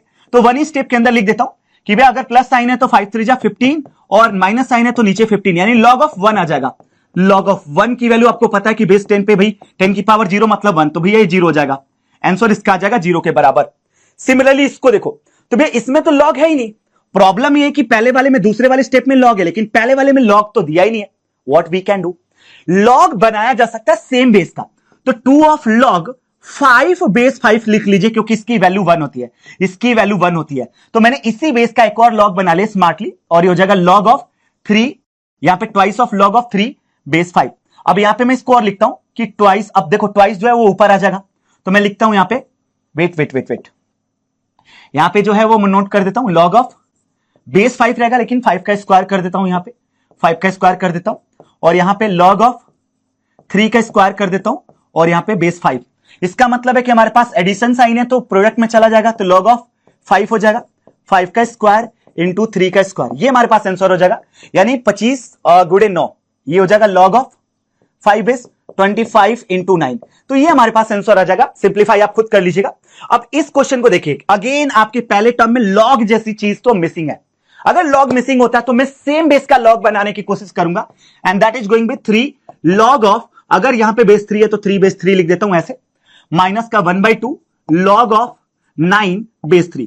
अब जल्दी से समराइज कर लेते हैं। तो भैया ये 3 ऊपर चला जाएगा, तो log ऑफ बेस 3 रहेगा, लेकिन 3 का क्यूब हो जाएगा यहां पे, और ये 1/2 चला जाएगा, माइनस का तो माइनस छोड़ देते, तो log ऑफ 9 की पावर 1/2, और यहां पे बेस 3 आ जाएगा। यानी log of 3 27 minus log of 3, 9 का रूट ले लिया जाए तो 3 के बराबर आता है। यानी अब आइडियली हो जाएगा log ऑफ 27/3, और यहां पे हो जाएगा बेस 3। सिंपल देखा जाए तो ये बनेगा log ऑफ 9 बेस 3। 9 का मतलब होता है 3 का स्क्वायर, log ऑफ 3 का स्क्वायर, ये पावर रूल से आगे आ जाएगा एक्सपोनेंट में, तो 2 इंटू log ऑफ 3 बेस 3, और इसकी वैल्यू 1 होती है, तो ये जगह 2 इंटू 1, जो कि आ जाएगा धनाधन 2 के बराबर। तो उम्मीद है कि ये प्रैक्टिस क्वेश्चंस में आपको जो फुल आपका कॉन्फिडेंस था वो कहीं ना कहीं बूस्टअप होता हुआ नजर आएगा। ये आपके आखिरी एक सवाल को एज अ होमवर्क मैं छोड़ता हूं, क्योंकि आपको तरीका बता चुका हूं कि जहां पे log मिसिंग होता है सेम बेस का log जनरेट करना आसान हो जाता है। तो प्लीज इस सवाल का जवाब आप लोग कमेंट सेक्शन में जरूर से दीजिएगा। चलिए जी, अब थोड़ी सी आगे बात को बढ़ाते हैं कि अब सवालों के लेवल को और ज्यादा अप करते हैं। ट्रू फॉल्स वाले क्वेश्चंस कर लेते हैं। क्या बोला है कि इफ 2 की power x plus 1 equal to 3 की power x plus 2 then x plus 1 बराबर x प्लस 2, ऐसा हो सकता है क्या? प्रॉब्लम यह है कि इस भैया होने के लिए तो कुछ भी हो सकता था, लेकिन अगर मैं बेस को सेम लेता तो हो जाता। व्हाट इफ अगर मान लो कि इस सेम सिनेरियो में मैं जो बेस है वो 2 पे ले रहा हूं, मैं किस पे ले रहा हूं, log ऑफ जो कुछ भी लिखा गया उसका बेस मैं दोनों साइड 2 पे सेट कर रहा हूं, 2 बेस पे सेट कर रहा हूं, बेस 2 पे सेट कर रहा हूं। क्या कर रहा हूं भाई, बेस को 2 पे सेट कर रहा हूं, बेस को मैं 2 पे सेट कर रहा हूं। भाई अगर वैल्यू दो चीज दी गई तो उसका दोनों साइड लॉग लेना तो सिंपल है, लेकिन दोनों साइड लॉग लोगे तो सेम बेस पे लोगे, ऑब्वियस सी बात है। तो ये तो भाई x+1 आगे आ जाएगा कोफिशिएंट, और ये हो जाएगा log ऑफ 2 बेस 2।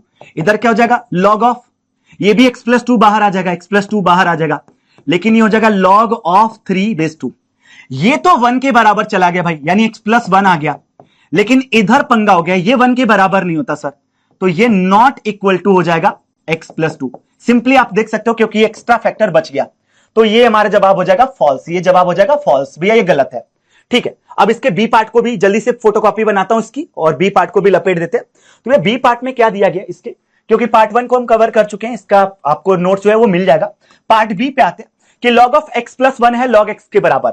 अगर दोनों साइड log दिया गया है तो कह रहे कि ये दोनों बराबर होंगे।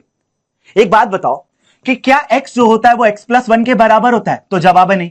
तो अब ये सी बात है, उसका log चूंकि दोनों का आपका जो बेस है वो कॉमन है, तो log की वैल्यू बराबर हो सकती है क्या, तो जवाब है नहीं सर, log की वैल्यू भी बराबर नहीं होती है। तो ये भी स्टेटमेंट पूरी तरीके से फॉल्स निकला। अब बोला कि इसको प्रूफ करो भाई, हमें पता है कि अगर हमारे पास जो आर्ग्यूमेंट का जो पावर है वो पावर रूल से सामने आ सकता है, तो 3 log of b base b हो जाएगा, ये 1 के बराबर होता है, दिस इज गोइंग विद 1, तो 3 into 1 हो जाएगा 3 के बराबर।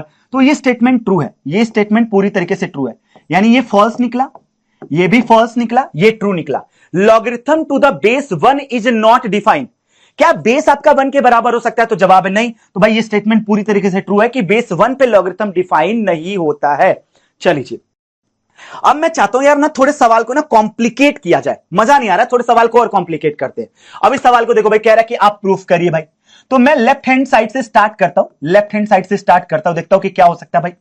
तो दोनों का बेस जो है वो कॉमन बेस यानी 10 है, तो 2 को ले जाओ भाई, 2 को ले जाओ किसके, a के power plus log of b। ये कैसे किया भाई, ये कैसे किया, यहां पे लिया पावर रूल, भैया पावर रूल के हिसाब से ये कर दिया। पावर रूल को बकायदा मेंशन करना पड़ेगा कि log ऑफ a b की पावर जो c है, ये ऐसा अगर कुछ है तो भैया c into log of b base a होता है। ये पावर रूल आपको मेंशन भी करना पड़ेगा। ठीक है भाई, आगे बढ़ते हैं। तो भैया अगर ये प्लस साइन है तो आपस में प्रोडक्ट में हो जाता है, ये प्रोडक्ट में हो जाता है। और यहां पे क्या हुआ है भाई, यहां पे क्या हुआ है, यहां पे देखिएगा, यहां पे कौन सा रूल हुआ है भाई, तो प्रोडक्ट रूल लगा है सर, यहां पे प्रोडक्ट रूल लगा है, यहां पे प्रोडक्ट रूल। तो लॉग के क्वेश्चन को सॉल्व करते समय क्लैरिफिकेशन के लिए सारी बातें आपको मेंशन करना पड़ता है, ये सारी बातें आपको मेंशन भी करना पड़ेगा कि एग्जैक्टली आपने उस प्रोसेस को किया कैसे है। क्या मेरी बात समझ में आ रही है? तो बस 2 लाइन का इसका प्रूफ था, खत्म खेल। अब आते हैं कि भैया कुछ और सबसे तगड़े सवाल करा दो। अब ये सवाल देखो भाई, थोड़े और बेहतरीन लेवल पे चलते हैं। क्या बोला है कि log of x base 2026 minus log of, भाई काम करो इसको ना सॉल्व करो, इसको सॉल्व करो तो a की वैल्यू आ जाएगी, चूंकि माइनस साइन और सेम बेस पे है तो ऐसे लिख देता हूं log of x upon y, और बेस मेरा 2026 ही रहेगा, बेस मेरा 2026 ही रहेगा। तो log ऑफ जो बेस होगा वो 2026 रहेगा, लेकिन x अपॉन y आ जाएगा सर, ये x अपॉन y आ जाएगा। सिमिलरली अगर मैं b को देखूं तो log का बेस तो 2026 रहेगा, लेकिन ये कितना आ जाएगा दोस्त, देखिएगा भैया ये आ जाएगा अपने पास y अपॉन जेड के बराबर, y अपॉन जेड के बराबर। और यहां से c देखा जाए तो log ऑफ 2026 और हो जाएगा कितना बेटा, देखिएगा तो भैया z अपॉन x के बराबर, ये आ गया। अब क्वेश्चन पे आते भाई कि x upon y, y upon z, z upon x की वैल्यू निकालनी है। अगर मैं इसको एक्सपोनेंट के फॉर्म में लिखता हूं तो क्या x अपॉन y की वैल्यू देखना a की पावर 2026 आएगा क्या? कॉमन सेंस लगा लो भाई, जल्दी से कॉमन सेंस लगाओ और बताओ भाई क्या ऐसा हो सकता है, या अगर हमारे देखा है, वेट गलती हो गई भाई, गलती हो गई क्योंकि बेस पे बेस रहता है, तो 2026 की पावर a, क्या ऐसा हो सकता है? देखना चेक करो भाई कि क्या ऐसा हो सकता है, तो जवाब है यस सर, बिल्कुल होगा। सिमिलरली अगर मैं इसको देखूं तो y अपॉन जेड जो है एक्सपोनेंशियल फॉर्म में हो जाएगा 2026 की पावर b, और यहां पे देखा जाए तो z अपॉन x जो हो जाएगा एक्सपोनेंशियल फॉर्म में, ये हो जाएगा 2026 की पावर c। आपको बता दो दोस्तों कि a की पावर x बराबर अगर b रहता है तो इसका log फॉर्मेट कहता है कि बेस जो है वो बेस के साथ रख दो, ये बेस के साथ रख दो, ये वैल्यू आ जाती है आगे, और किसका निकाल रहे हो वो आ जाता है यहां पे। तो ये रूल मैंने लगाया हुआ है, सेम ये चीज मैंने देखो लॉग का एक्सपोनेंशियल फॉर्म कन्वर्ट किया हुआ है। अब क्वेश्चन के ऊपर आते हैं भाई, क्वेश्चन के ऊपर आते हैं कि भाई देखते हैं कि इसका क्या वैल्यू बन सकता है। तो x अपॉन वाई की वैल्यू डालता हूं 2026 की पावर a और इसकी पावर है अपने पास b माइनस सी, मल्टीप्लाई है भाई y अपॉन जेड कितना बेटा 2026 की पावर देखा जाए तो ये है अपने पास b और ब्रैक यहां पे है इसकी पावर c माइनस ए इनटू 2026 की पावर मैंने ला दिया c और इसकी पावर है अपने पास a माइनस का b। मुझे पता है कि a की पावर m की पावर n क्लास 8 के फॉर्मूले से a की पावर m इंटू n बन जाता है, ये हमारे पास पावर एक्सपोनेंट के गेम से। तो ये बनेगा 2026 की power ab minus ac into 2026 की पावर bc माइनस का ca इंटू 2026 की पावर ca माइनस का bc। ये मुझे पता कि अगर मेरा बेस सेम है तो मैं पावर को ऐड कर सकता हूं। a की पावर m इंटू a की पावर n होता है तो ये हो जाता है a की power m plus n, again आपके क्लास 8 का पावर एक्सपोनेंट रूल। तो भैया ये तीन तीन है तो बेस सेम है तो बेस सेम रखो, लेकिन इनकी पावर को ऐड करो। ए बी माइनस का ए सी प्लस का बी सी माइनस का सी ए प्लस का सी ए माइनस का बी सी, ये सारे एक दूसरे को कैंसिल कर रहे हैं, यानी 2026 की पावर 0 और किसी नंबर की पावर 0 मतलब भाई ये तो केवल 1 के बराबर। तो इतने बेहतरीन सवाल का जो जवाब है ये 1 के बराबर आ चुका है।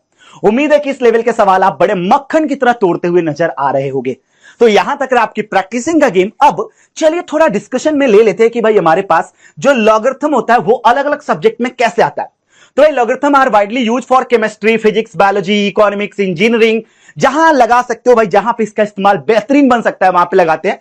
बेसिकली की पॉइंट्स की बात करें तो use in multiple disciplines, support scientific modelling, helps in data analysis, essential for exponential phenomena and important real life world problems। अब चलो भाई काम कर, थोड़ा सा ना अंदर डेप्थ में चलते हैं कि केमिस्ट्री के अंदर कहां पे इन्वॉल्व होता है। तो अगर एसिड एंड बेसिस की बात कर लेते हो तो बोला कि भाई chemistry classifies substances as a acidic और basic depending on the concentration of hydrogen ions present. उसमें कितने हाइड्रोजन आयन प्रेजेंट है, H+ आयंस की बात कर रहा है। तो उस बेसिस पे आप क्या करते हो दोस्त, ये एसिडिक होगा या बेसिक होगा वो निकालते हो। तो आइडली ये पीएच वैल्यू की तरफ क्यों इशारा कर रहा है भाई, क्या पता pH value, since this concentrations are often extremely small, ordinary numeral representation becomes inconvenient. भाई इतने छोटे होते हैं ये वैल्यू कि इसको अगर न्यूमेरिकली दिखाया जाए तो बहुत इनकन्वीनियंट होगा, तो उसको लॉग की हेल्प से दिखाते हैं।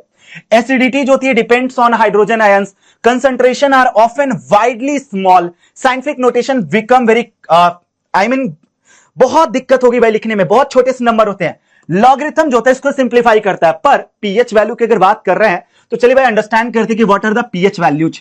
तो कह रहा है कि a decrease of 1 pH unit does not represent a small change. अगर एक पीएच यूनिट को अगर चेंज करते हो इसका मतलब है कि आयन में 1 यूनिट का चेंज नहीं हो रहा भाई, बहुत मैसिव चेंज होगा। तो यहां पे बोला कि since the scale is logarithmic और decrease of 1 unit correspond to a 10-fold increase in hydrogen ion concentration. The pH 3 is the 10 times more than acidic than pH 4। भाई साहब बड़ा अंतर है यार। यहां पे बोला कि pH चेंजेस एक्सपोनेंशियली, भाई एक्सपोनेंशियली चेंज करता है। डिफरेंसेस ऑफ 1 यूनिट बराबर factor of 10। Okay, lower pH का मतलब स्ट्रॉन्गर एसिड होगा, हायर पीएच का मतलब वीकर एसिड होगा। ये दो बातें आपको केमिस्ट्री, एक मिनट, मैथ की क्लास है कि केमिस्ट्री की क्लास है, ये कंफ्यूजन चल रहा है। अभी तुमको थोड़ी देर बाद म्यूजिक की क्लास में ले जाऊंगा।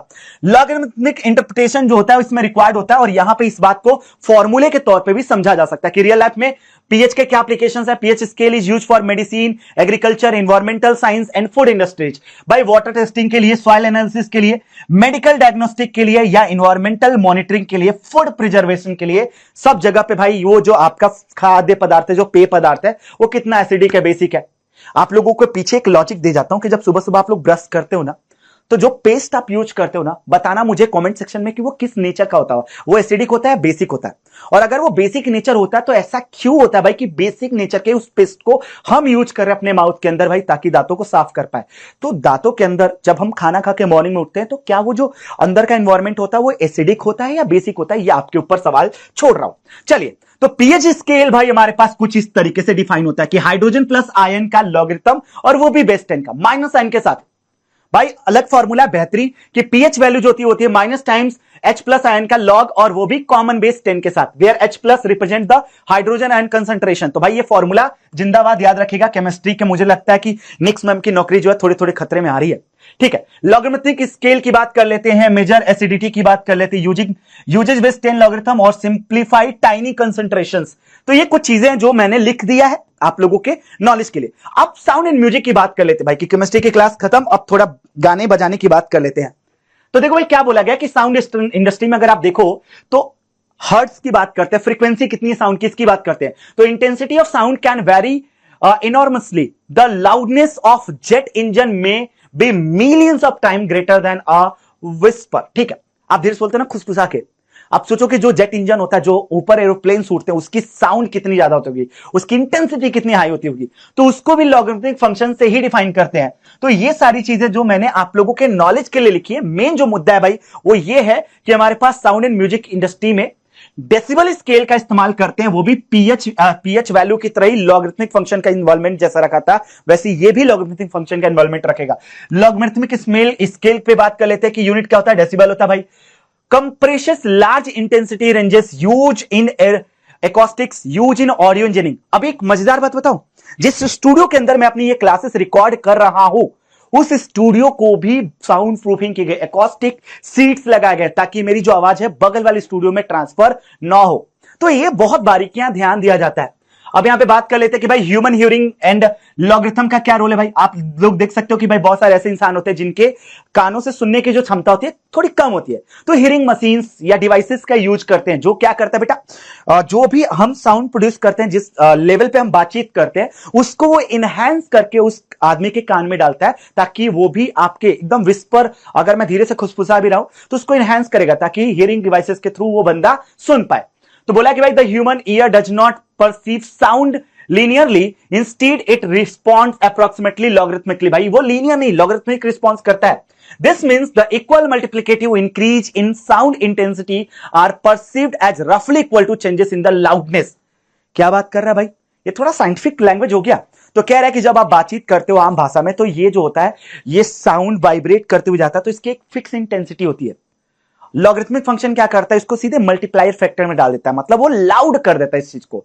और भाई हियरिंग डिवाइस के अंदर भाई वो बंदा जो है जिसको थोड़ा लो सुनाई देता है वो उसको बिल्कुल एनहांस करके उसको नजर आएगा। तो ह्यूमन हियरिंग लॉगरिथम के अंदर भाई perception differs from physical intensity, supports use of decibel scale and important in acoustics। तो भाई ये बहुत ज्यादा मतलब थ्योरेटिकल चीजें अभी मैं बता रहा हूं जो कि तुम लोग सुन सुन के बोर हो चुके होंगे, कि भाई अब मोटी मोटी बात समझ में आ गई कि लॉग का इस्तेमाल जो है ऑलमोस्ट हर एक इंडस्ट्री के अंदर लगभग किया ही जा रहा है। मैक्सिमम जगह से देख लिया भाई, हमने देख लिया अभी केमिस्ट्री के अंदर, फिजिक्स के अंदर भी आप देखते हुए नजर आओगे, बायो के अंदर देखते हुए नजर आओगे, मैथ में तो भाई खुद ही ये चैप्टर है।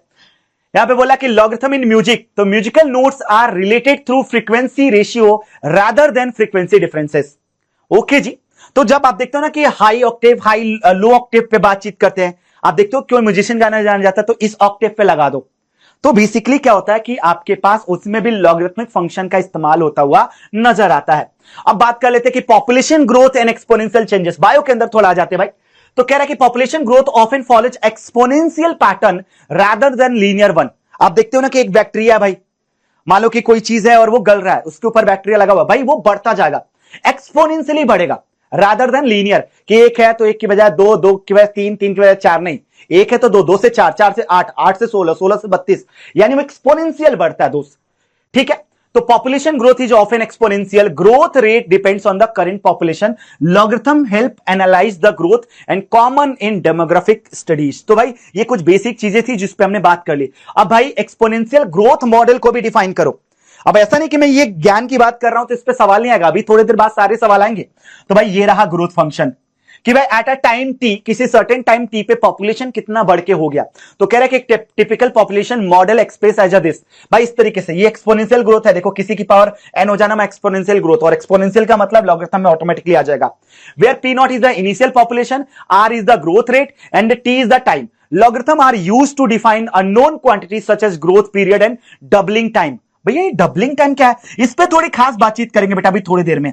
तो कह रहा है कि भाई मैथमेटिक्स के अंदर ग्रोथ मॉडल को डिफाइन करना हो, पॉपुलेशन इंक्रीज को डिस्क्राइब करना हो और आपके एक्सपोनेंट का इस्तेमाल हो, तो लॉगरिथम इन सभी चीजों में हेल्प करने वाला है। अब यहां पे बात कर लेते हैं what is the doubling time. तो डबलिंग टाइम कह रहा है कि भाई doubling time refers to the time required for population to become twice its original size. मान लो कि अभी मैं बोलूं कि एक गांव की पॉपुलेशन 10,000 थी, कितना वक्त लगेगा कि सीधे वो डबल हो जाए? डबलिंग टाइम की मैं बात कर रहा हूं। तो since time appears as exponent in growth models, logarithm become essential for calculating doubling period accurately. तो चलो भाई, इतनी ज्ञान की बातें हो गई, तो अब बात कर लेते हैं कि ग्रोथ के अंदर, सोशल साइंस के अंदर भी, ओ भाई साहब, population studies, economic forecasting, urban planning, resource management, frequently आपको लॉगरिथमिक एनालिसिस की जरूरत पड़ेगी। और भाई अब ये एसएसटी के अंदर भी चला गया। ये कुछ की फैक्टर्स है जहां पे लॉगरिथम को आप इस्तेमाल कर रहे हो। भाई बहुत सारी बातें कर ली, तो क्यों ना कुछ सवालों को भी लपेटे में लिया जाए। क्या बोल रहा है कि स्टेलर मैग्नीट्यूड एंड ब्राइटनेस की बात कर लेते हैं कि if star is 100 times brighter then another star and the difference in their magnitude is given by.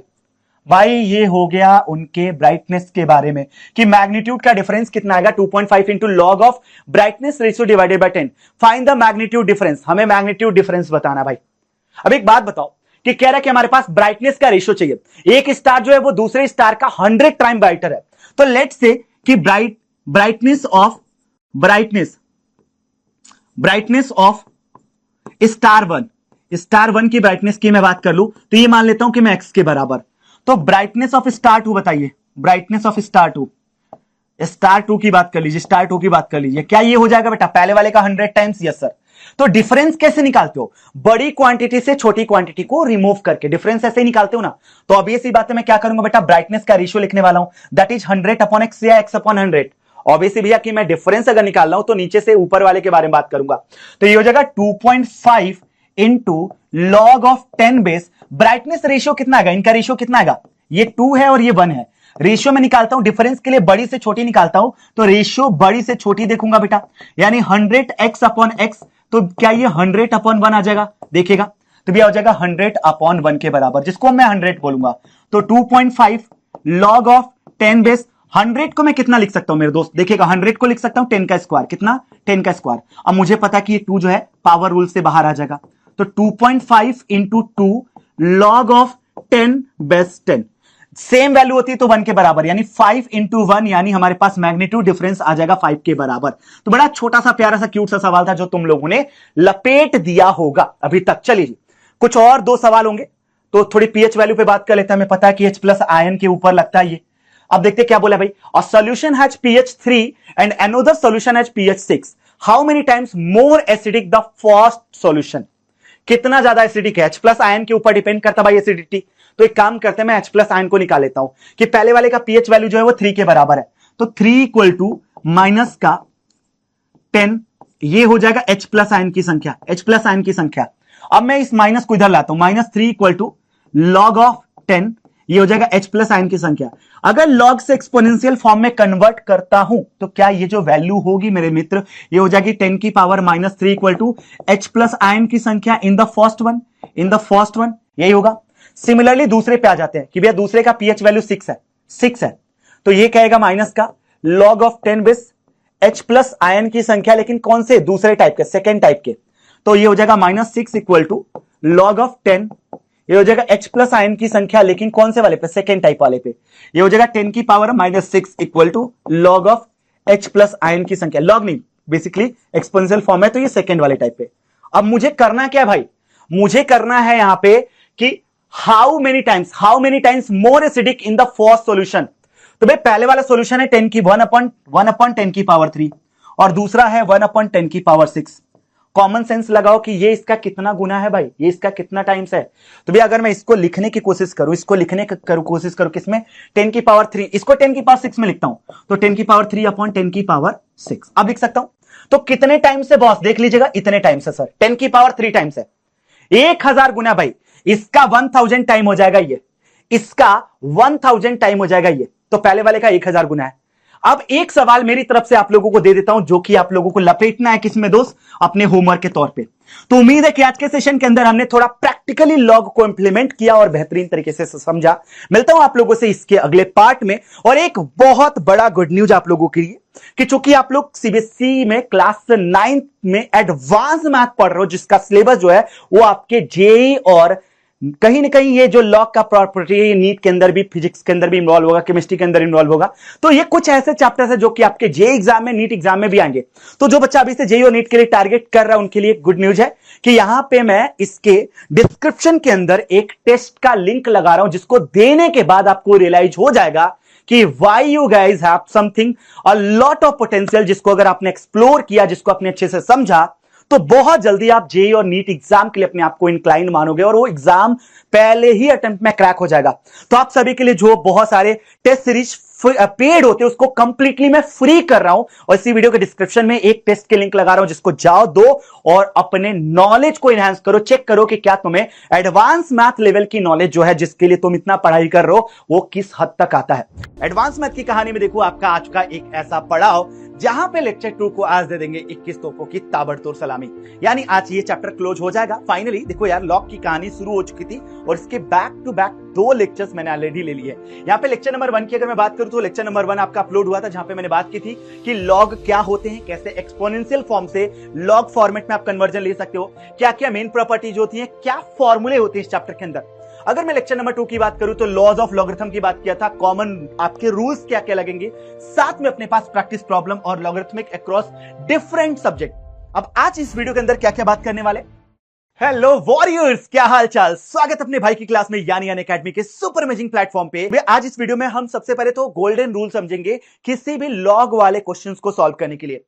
एक्स्ट्रोजीनियस roots क्या होता है, अगर मैं यहां पे किसी भी लॉगरिथमिक इक्वेशन को सॉल्व करता हूं तो उन किन कंडीशंस को चेक करके एक्स की वैल्यू निकालूं, ये सारी बातें आज के इस वीडियो में हो जाएंगी और फाइनली ये चैप्टर आज क्लोज हो जाएगा। तो बाबू हमेशा अपनी कुर्सी की पेटी बांध लीजिएगा, क्योंकि नॉलेज का रोलर कोस्टर राइड अब धुआंधार स्टार्ट होने वाला है।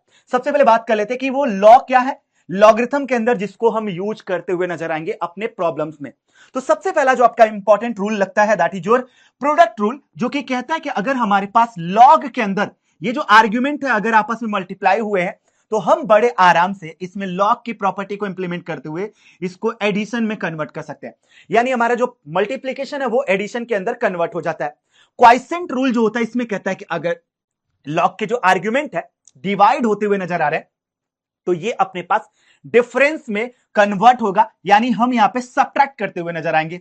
थर्ड रूल कहता है कि पावर रूल, कि अगर आर्ग्यूमेंट का कोई भी पावर दिया गया है, अब यार आप बार बार बोलो कि आर्ग्यूमेंट क्या है, आर्ग्यूमेंट का मतलब ये वाला अंदर वाला जिसका लॉग हम निकाल रहे बेटा। तो आर्ग्यूमेंट का अगर कुछ पावर दिया गया है तो वो पावर कोफिशिएंट के तौर पे आ जाता है, यानी ये मल्टीप्लाई हो जाता है। The exponent come to down, ये नीचे उतर आएगा और ये मल्टीप्लाई हो जाएगा एज अ कोफिशिएंट। चलिए जी, फोर्थ आपके रूल की बात कर लेते हैं कि log of number two the same base, अगर हमारा जो आपका आर्ग्यूमेंट है जो बेस है वो सेम टू सेम है तो ये ऑब्वियस सी बात है कि वैल्यू 1 दे देगा हमें। तो हमारे पास चौथा के बाद पांचवा important property that is log of 1। अब यार ऑब्वियस सी बात है कि 1 जो होता है उसकी वैल्यू सीधे सीधे 0 हो जाती है, क्योंकि a की पावर 0 इक्वल टू 1। और आखिरी बेस चेंज प्रॉपर्टी जो कि सबसे ज्यादा क्रिटिकली आपका यूज होने वाला है। तो ये कहता है कि अगर लेट्स से कि मेरा बेस जो है a है लेकिन मुझे दूसरे और किसी बेस की रिक्वायरमेंट है तो मैं इसको कुछ इस तरीके से बेस चेंज में कन्वर्ट कर सकता हूं कि यहां पे जो हमारा आर्गुमेंट है उसका किसी और बेस बी के साथ और जो बेस है उसका किसी और बेस बी के साथ। तो ये बेस चेंज रूल कहलाता है। ये आपके 6 रूल है जो कि बार बार आपके सवालों में इस्तेमाल होंगे, लेकिन याद रखना कि यहां पे कुछ कंडीशंस होती है। कंडीशन ये है कि हमारा जो बेस है वो ग्रेटर देन 0 होना चाहिए, 1 के बराबर नहीं होना चाहिए, और जो आपका आर्ग्यूमेंट है वो ग्रेटर देन 0 होना चाहिए। अगर आपने इन चीजों को फॉलो कर लिया तो फॉर श्योर लॉग के क्वेश्चंस बड़े आसानी से आपसे बनेंगे। चलिए जी, तो यहां पे हमारे पास कुछ मिसकंसेप्शंस थे, उसको भी क्लियर कर लेते कि मैं लॉग के अंदर m प्लस n को क्या मैं ऐसे लिख सकता हूं, जवाब है बिग नो, क्योंकि प्रोडक्ट के ऊपर ये एडिशन में जाता है, यहां पे आपके क्वाइसेंट के ऊपर ये सब्ट्रैक्शन में जाता है। अगर x की वैल्यू y के बराबर नहीं है तो log की वैल्यू बराबर नहीं होगी अनटिल अनलेस यहां पे कुछ कंडीशंस ना लगे। लेट्स से कि x और y नेगेटिव है तो उसका log ले सकते हो, तो जवाब है बिग नो। तो ये कुछ मिसकंसेप्शंस है जो कि यूजुअली बच्चे फॉलो करते हैं और वहीं पे अपनी गलतियां कर बैठते हैं। तो प्लीज इन सारी चीजों से अवेयर रहिएगा। बात कर लेते कि हमारे पास कुछ कॉमन जो लॉगरिथम के रूल्स थे जिसको मैंने ऑलरेडी ब्रीफली बता दिया, तो वो ये रूल्स थे जिसको बार बार मैं रिकॉल करा रहा हूं क्योंकि इसी का इस्तेमाल हम करते हुए नजर आएंगे। log 10 की वैल्यू 1 होती है, log 1 की वैल्यू 0, और अगर हमारा पावर रूल है तो ये कोफिशिएंट पर चला जाएगा, क्वाइसेंट है तो सब्ट्रैक्शन, अगर मल्टीप्लिकेशन है तो एडिशन। आगे बढ़ते। तो एक सवाल आप लोगों को होमवर्क के तौर पे दिया था, उम्मीद है कि लास्ट सेशन में ये होमवर्क के तौर पे आप लोगों ने किया होगा। An earthquake of magnitude 9 occurs on the Richter scale, how many times strongest it is than its earthquake of magnitude 4?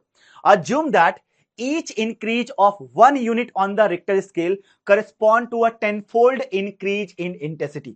अब यार मैं चाहता हूं कि जो ये सवाल मैंने आप लोगों को दिया था इसका जवाब प्लीज आप लोग कमेंट सेक्शन में डाल दीजिएगा, क्योंकि ऐसे word problem back to back मैंने करवा दिया था। तो चूंकि होमवर्क का क्वेश्चन था, स्टिल मैं अभी इसको होमवर्क के तौर पे देता हूं, और आज के इस कहानी के जरिए जब मैं कॉन्सेप्ट को एक्सप्लेन करूंगा तो उम्मीद है कि ये और आसान होता हुआ नजर आएगा। चलिए जी, अब बात कर लेते कि हमारे पास कभी भी लॉगरिथमिक इक्वेशन को सॉल्व करना रहा, यानी हमें x की वैल्यू फिगर आउट करनी रही, तो क्या क्या मेन शर्तें फॉलो करना पड़ेगा। तो भाई यहां पे क्लियरली कुछ बातें बोली गई कि जब भी आप लॉगरिथमिक इक्वेशन को सॉल्व करते हो तो आपको फाइनल आंसर को वैलिडेट करना पड़ता है। इट सिंपली मींस कि लॉग को डिफाइन करने की जो कंडीशंस होती है वो चेक करनी होती है कि आपने x की वैल्यू निकाली है, कहीं वो आर्ग्यूमेंट को नेगेटिव तो नहीं बना रहा है। बेस में अगर x है, अगर बेस की वैल्यू निकाली तो कहीं ऐसा तो नहीं बेस की वैल्यू आपने 1 रख दिया है या लेस देन 0 रख दिया है। तो ये सारे के सारे वैलिडेशन आपको लास्ट में करने पड़ेंगे।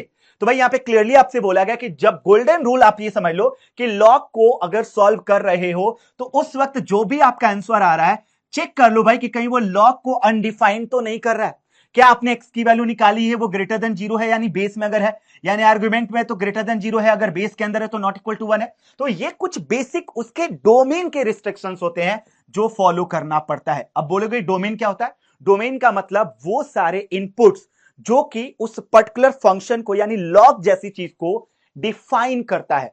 तो आपको ये चीज देखनी पड़ेगी कि अंडरस्टैंडिंग द डोमेन रिस्ट्रिक्शंस, भैया डोमेन का रिस्ट्रिक्शन बस केवल यही होता है। जैसे मान लो कि मैं यहां पे देखूं तो ये हमारा आर्गुमेंट है, क्या आर्गुमेंट कभी भी नेगेटिव होता है? तो नहीं। तो अगर लेट्स से कि x की वैल्यू मान लो कोई ऐसी आ गई जिससे आर्गुमेंट अपना नेगेटिव आ रहा है, तो क्या वो x की वैल्यू रिजेक्ट होगी? तो जवाब है हां सर। तो यहां पे बोला कि since the argument of the logarithm must be positive, तो x - 3 ग्रेटर देन 0 यानी x की वैल्यू 3 से ज्यादा आया तो ही वो एक्सेप्टेबल होगा। अगर कोई नंबर x = 3 से छोटा आ रहा है तो सारे रिजेक्ट होंगे। तो ये कुछ आपके डोमेन के रिस्ट्रिक्शंस हैं जो आपको फॉलो करना पड़ेगा। चलिए जी, तो एक्स्ट्राजीनियस रूट क्या बोलते हैं भाई? तो an extraneous root is a value obtained during the solution process that does not satisfy the original logarithmic equation। यार बहुत सारे ऐसे आपके x की वैल्यू आएंगी जो उस लॉग को डिफाइन ही नहीं कर पाएगा, उन सभी को मैं एक्स्ट्राजीनियस रूट्स या सॉल्यूशन कहूंगा। सच रूट मस्ट बी रिजेक्टेड, ऐसी चीजों को निकालना पड़ता है। जैसे अभी मैंने एग्जांपल के तौर पे समझाया कि मान लो लॉग ऑफ x - 3 और यहां पे मान लो कि x ले लिया। व्हाट इफ अगर मान लो कि मेरे x की जो वैल्यू है वो आ रहा है अपने पास, x की वैल्यू जो आ रहा है वो अपने पास आ रहा है 2 से लेकर 7 तक, 2 से लेकर 7 तक। कॉमन सेंस लगाओ कि 2 से 7 के बीच में हमारा सॉल्यूशन आ रहा है। यार अगर मैं x की वैल्यू 3 से ज्यादा रखता हूं तभी तो मेरा ये जो आर्ग्यूमेंट है वो पॉजिटिव होगा। तो इसका मतलब है कि पहली बात तो इससे हमारे जो एक्स्ट्राजीनियस रूट आएंगे वो 2 से लेकर 3 तक, सारे के सारे 2 से लेकर 3 तक इंक्लूडिंग ये सारे के सारे रिजेक्ट होंगे sir. We have to reject, जिसको एक्स्ट्राजीनियस रूट्स बोलते हैं। यानी 3 ऑनवर्ड्स जो हमारे होंगे यही हमारे आर्गुमेंट को पॉजिटिव करेगा। अब 3 से आगे तो मैं 3 पे क्लोज ऐसे ओपन लगा देता हूं क्योंकि 3 पे 0 हो जाता है, लॉग 0 डिफाइंड होता ही नहीं है, यानी ग्रेटर देन 0 होना चाहिए। तो देखो मैंने क्लोज लगाया हुआ है दोनों जगह पे, यानी 2 से लेकर 3 तक हमारे जो है क्लोज के साथ ये हमारे पास एक्स्ट्राजीनियस रूट्स कहलाएगा। This is going with extraneous root. क्यों? क्योंकि भैया ये ऐसे आपके x की वैल्यू है जिससे हमारा जो लॉग है वो अनडिफाइंड हो जा रहा है, लॉग की वैल्यू डिफाइंड नहीं हो पा रही है, यानी 3 से लेकर 7 तक ही हमारा सॉल्यूशन के तौर पे काउंट होगा। तो व्हाई डू एक्स्ट्राजीनियस रूट अकर? ऐसा क्यों होता है भाई? ड्यूरिंग अलजेब्राइक मैनिपुलेशन इक्वेशंस में produce solution that violate the domain.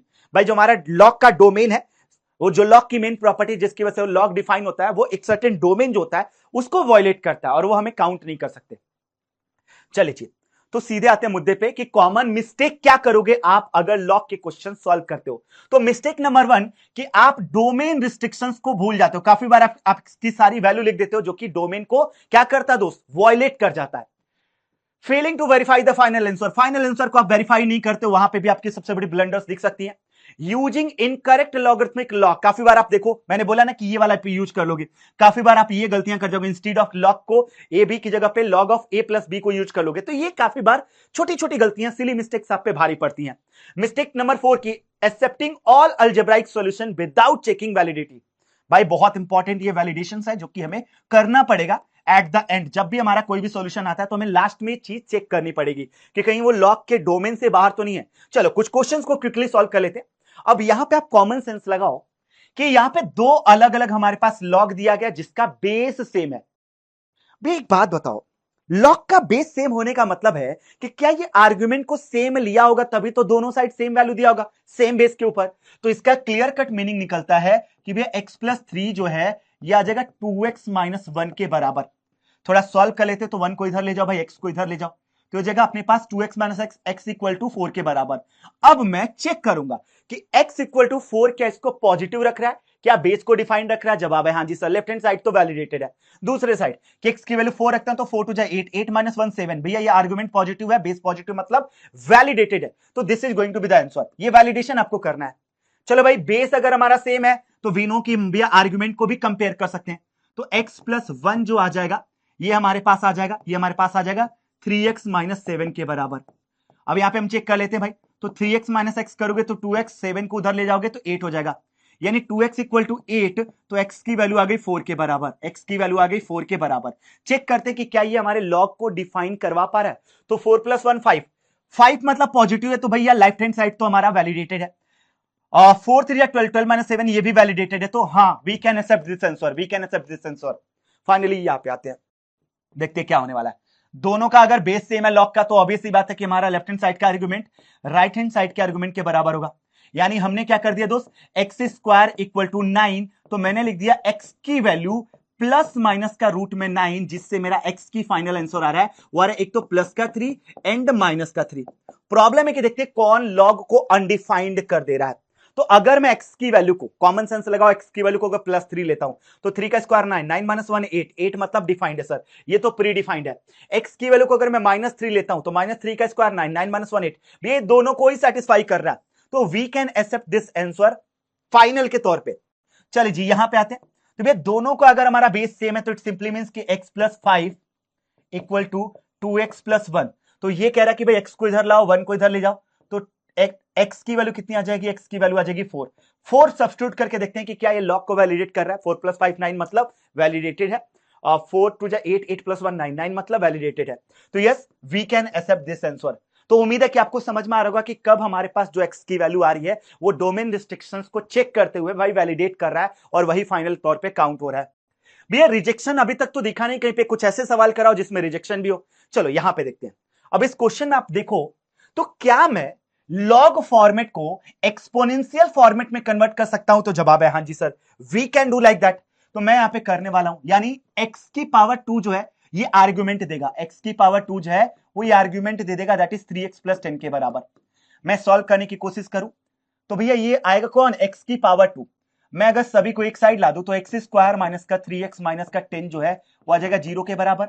यहां पे मैं सॉल्व करूं तो x² माइनस का 5x प्लस का 2x माइनस का 10 इक्वल टू 0। यहां पे देखा जाए तो x कॉमन ले लो तो x माइनस का 5 प्लस का 2 कॉमन ले लो तो x माइनस का 5 इक्वल टू 0।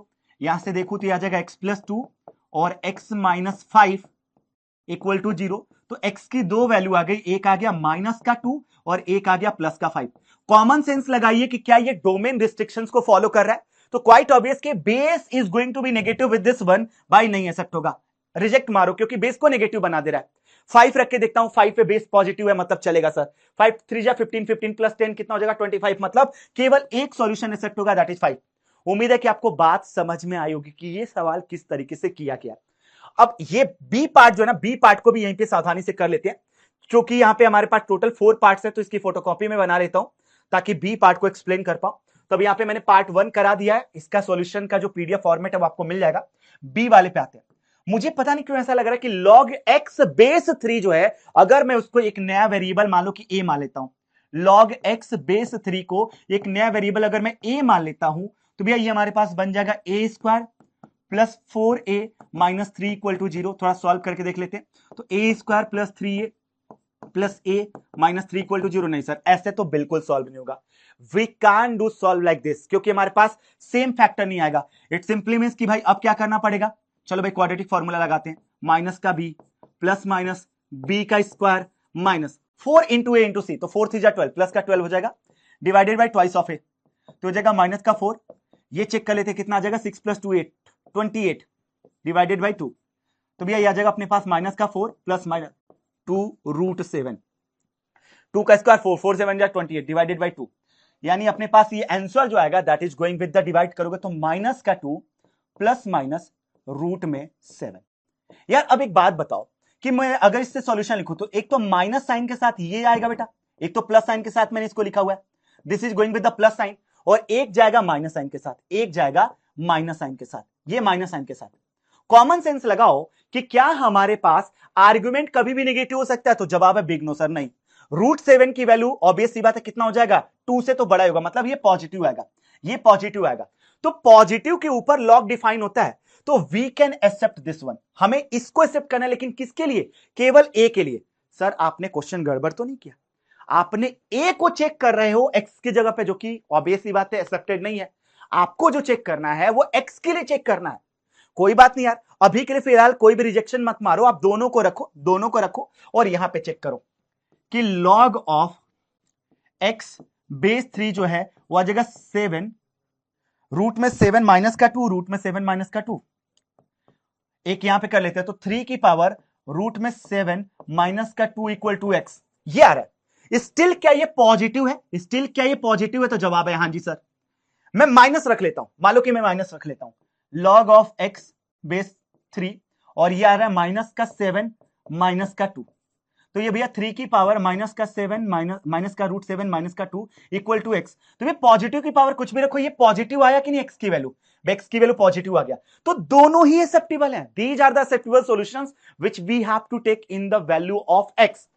उम्मीद है कि ये आपका जो सी पार्ट है सेम वैसा ही कैलकुलेट करोगे। इस डी वाले पार्ट को देख लेते भाई, इस डी वाले पार्ट को, कि भैया हो जाएगा एक्स की पावर 2, ये हो जाएगा एक्स की पावर 2 इक्वल टू 1000 आ रहा है, क्या 1000 आ रहा है, यानी x की वैल्यू हो जाएगी प्लस माइनस का 10। क्वाइट ऑब्वियस कि x की वैल्यू में माइनस का 10 ले नहीं सकता, प्लस का 10 केवल उठाऊंगा, this is the only acceptable, क्योंकि बेस आपका नेगेटिव नहीं होता है, तो हमारे पास ये रिजेक्ट होगा। एक सॉल्यूशन आ रहा है दैट इज, तो चेक कर लीजिएगा बेटा। थोड़े और क्रिटिकल सवालों पे चलें, चलो थोड़े और क्रिटिकल सवालों पे चलते हैं, देखते हैं कि ये क्या बोलता है भाई। अब इस क्वेश्चन में देखो हमारा बेस सेम है, इसका मतलब है कि भाई बेस सेम में ये प्रॉब्लम क्रिएट किया भाई, दिस इज समथिंग प्रॉब्लमैटिक। तो let us do one thing कि मैं इस वाली चीज को ना 2 को इधर लाता हूं, 2 को इधर लेता हूं, बाकी देखना log of 2x minus 1 base 3 minus x minus 1 base 3। हमें पता है कि सेम बेस होता है और डिवीजन है, तो ऑब्वियस सी बात है क्वाइसेंट रूल के हिसाब से ये क्वाइसेंट में चला जाएगा, किस में चला जाएगा, क्वाइसेंट के अंदर, यानी 2x minus 1 divided by x minus 1 जैसा। अगर मैं इसको एक्सपोनेंशियल फॉर्म में कन्वर्ट करता हूं तो 3 की पावर 2 कितना देगा बेटा, भैया दे देगा अपने पास 2x minus 1 divided by x minus 1 जैसा। अब इसको सॉल्व कर लेते हैं, 9 equal to 2x minus 1 divided by x minus 1, cross multiply करते हैं तो 9x माइनस का 9 इक्वल टू 2x माइनस का 1, ये इधर भेजो भाई, तो 7x इक्वल टू 10, तो भैया x की वैल्यू हो जाएगी 10/7, 10/7 ये आ रहा है अपना आंसर। वैलिडेट कर लेते हैं कि भैया 10/7 माइनस 1 पॉजिटिव रहा, चलेगा सर। 10/7 मतलब ऑब्वियस सी बात है ये 1 से ज्यादा है, तो ये भी पॉजिटिव, मतलब this is the acceptable solution, ये एक्सेप्ट किया जा सकता है। अब आते हैं इस पे भैया कि दोनों का बेस तो सेम है भाई, इनफैक्ट तीनों का सर, तीनों का बेस सेम है, तो सर एक काम करो, पहले तो इस पे आप लगा दो क्वाइसेंट रूल, तो ये बना लेगा log of 5/2 base x equal to log of x base x, ऐसा कर लिया बॉस। पर प्रॉब्लम है कि भैया क्या इसको अभी भी फर्दर सॉल्व किया जा सकता है, can be solve further, yes we can बेटा, वी कैन। देखना, तो मैं अगर देखूं आइडली तो हो जाएगा log of 5/2 base x minus log of x base x को 1 मान लेते हैं यार, सीधे सीधे कॉमन सेंस लगाते हैं कि भाई इसकी वैल्यू सॉल्व क्यों करना है, इसको तो सीधे सीधे 1 मान लो, आप इसको सीधे सीधे 1 मान लो, तो मैं इसकी वैल्यू को ले लेता हूं 1, क्योंकि मेरा जो हमारे पास ये वैल्यू आ रही है ये अगर सेम आता है हमारे पास आर्गुमेंट और बेस, तो वैल्यू बराबर हो जाती है, यानी x की पावर 1 बराबर 5/2, तो x की वैल्यू 5/2 आ रही है, यानी सिंपली कि क्या ये हमारे बेस को पॉजिटिव रख रहा है, नॉट इक्वल टू 1 है, और आर्गुमेंट को भी पॉजिटिव रख रहा है, एक्सेप्टेबल। चलिए जी आगे बढ़ते हैं, तो थोड़े और क्रिटिकल सवालों की तरफ मूव करते हैं। अब ये क्वेश्चन देखिएगा बेटा, क्या बोला कि 1 upon log of 4 base x equal to log of 2 base 4, तो देखो भाई बेस चेंज रूल से क्या मैं इसको बेस 4 में कर सकता हूं, देखना कैसे, 1 upon log of 4 divided by log of x, भैया किया जा सकता है यार, मैंने बेस क्या लिया है भाई, यहां पे कॉमन बेस ले लिया है, और ये हो जाएगा लॉग ऑफ 2x बेस 4।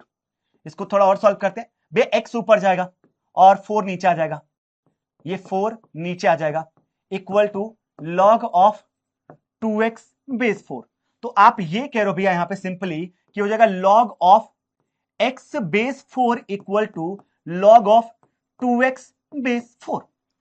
मैं सोच रहा हूं क्या ये बराबर हो सकता है? एनी हाउ क्या ये बराबर हो सकता है? तो भैया आपने बोला कि अगर हमारा बेस सेम है तो ऑब्वियस सी बात है कि आर्गुमेंट बराबर होते हैं, पर इसका मीनिंग ये कह रहा हूं कि x की वैल्यू 0, जो कि क्या कर रहा है मेरे दोस्त, क्या कर रहा है, ना तो इसको डिफाइन कर पा रहा तो नहीं इसको। भैया नो सॉल्यूशन। सिंपल क्या मीनिंग आया? No solution. इसका कोई सॉल्यूशन है ही नहीं बॉस। क्यों? क्योंकि ये वैल्यू को वैलिडेट नहीं करा पा रहा है। There is no solution. Again अगर मैं देखो भाई बेस चेंज से तो ये हो जाएगा ऊपर जाके x बेस 4 और ये 2x बेस 4, ये दोनों बराबर हो ही नहीं सकते।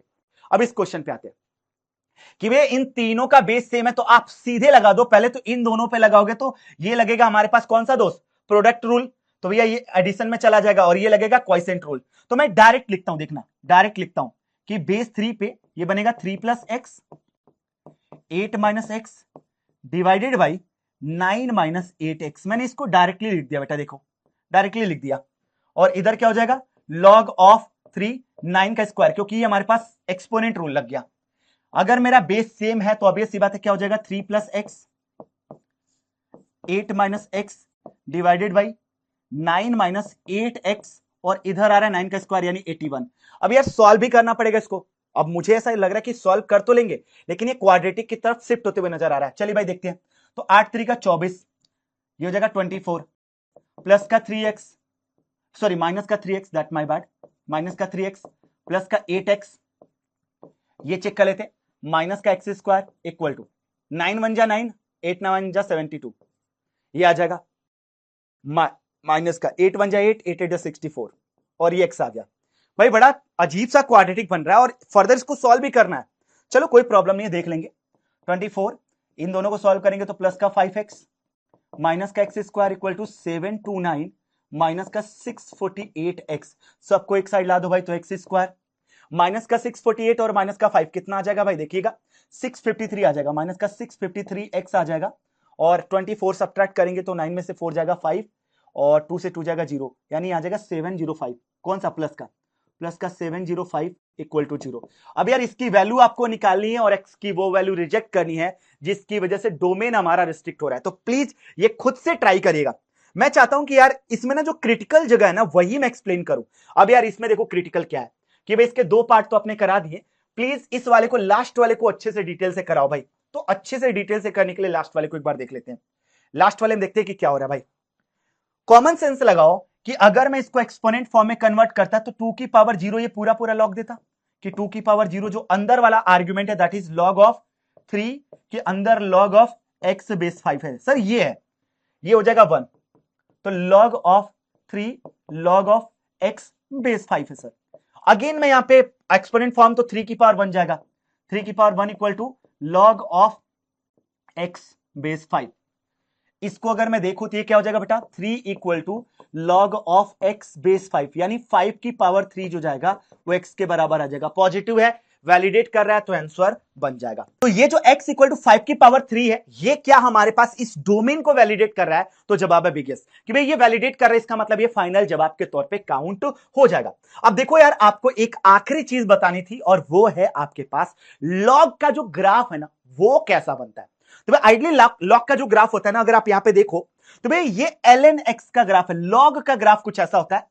एक्सपोनेंशियल फंक्शन का ग्राफ आपको अगर प्लॉट करने जाओगे x और y की अलग अलग वैल्यू लेकर, तो वो कुछ इस तरीके से नजर आती है, और लॉग का जो ग्राफ होता है वो कुछ इस तरीके से नजर आता है।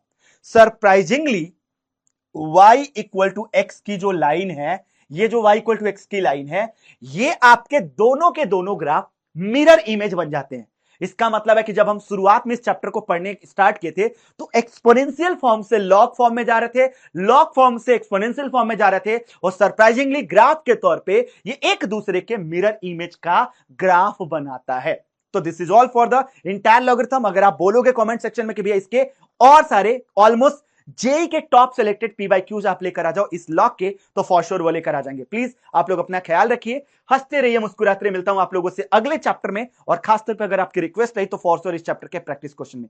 चलिए जी, बाय बाय, लव यू डे सारा, गुड बाय, सायनारा।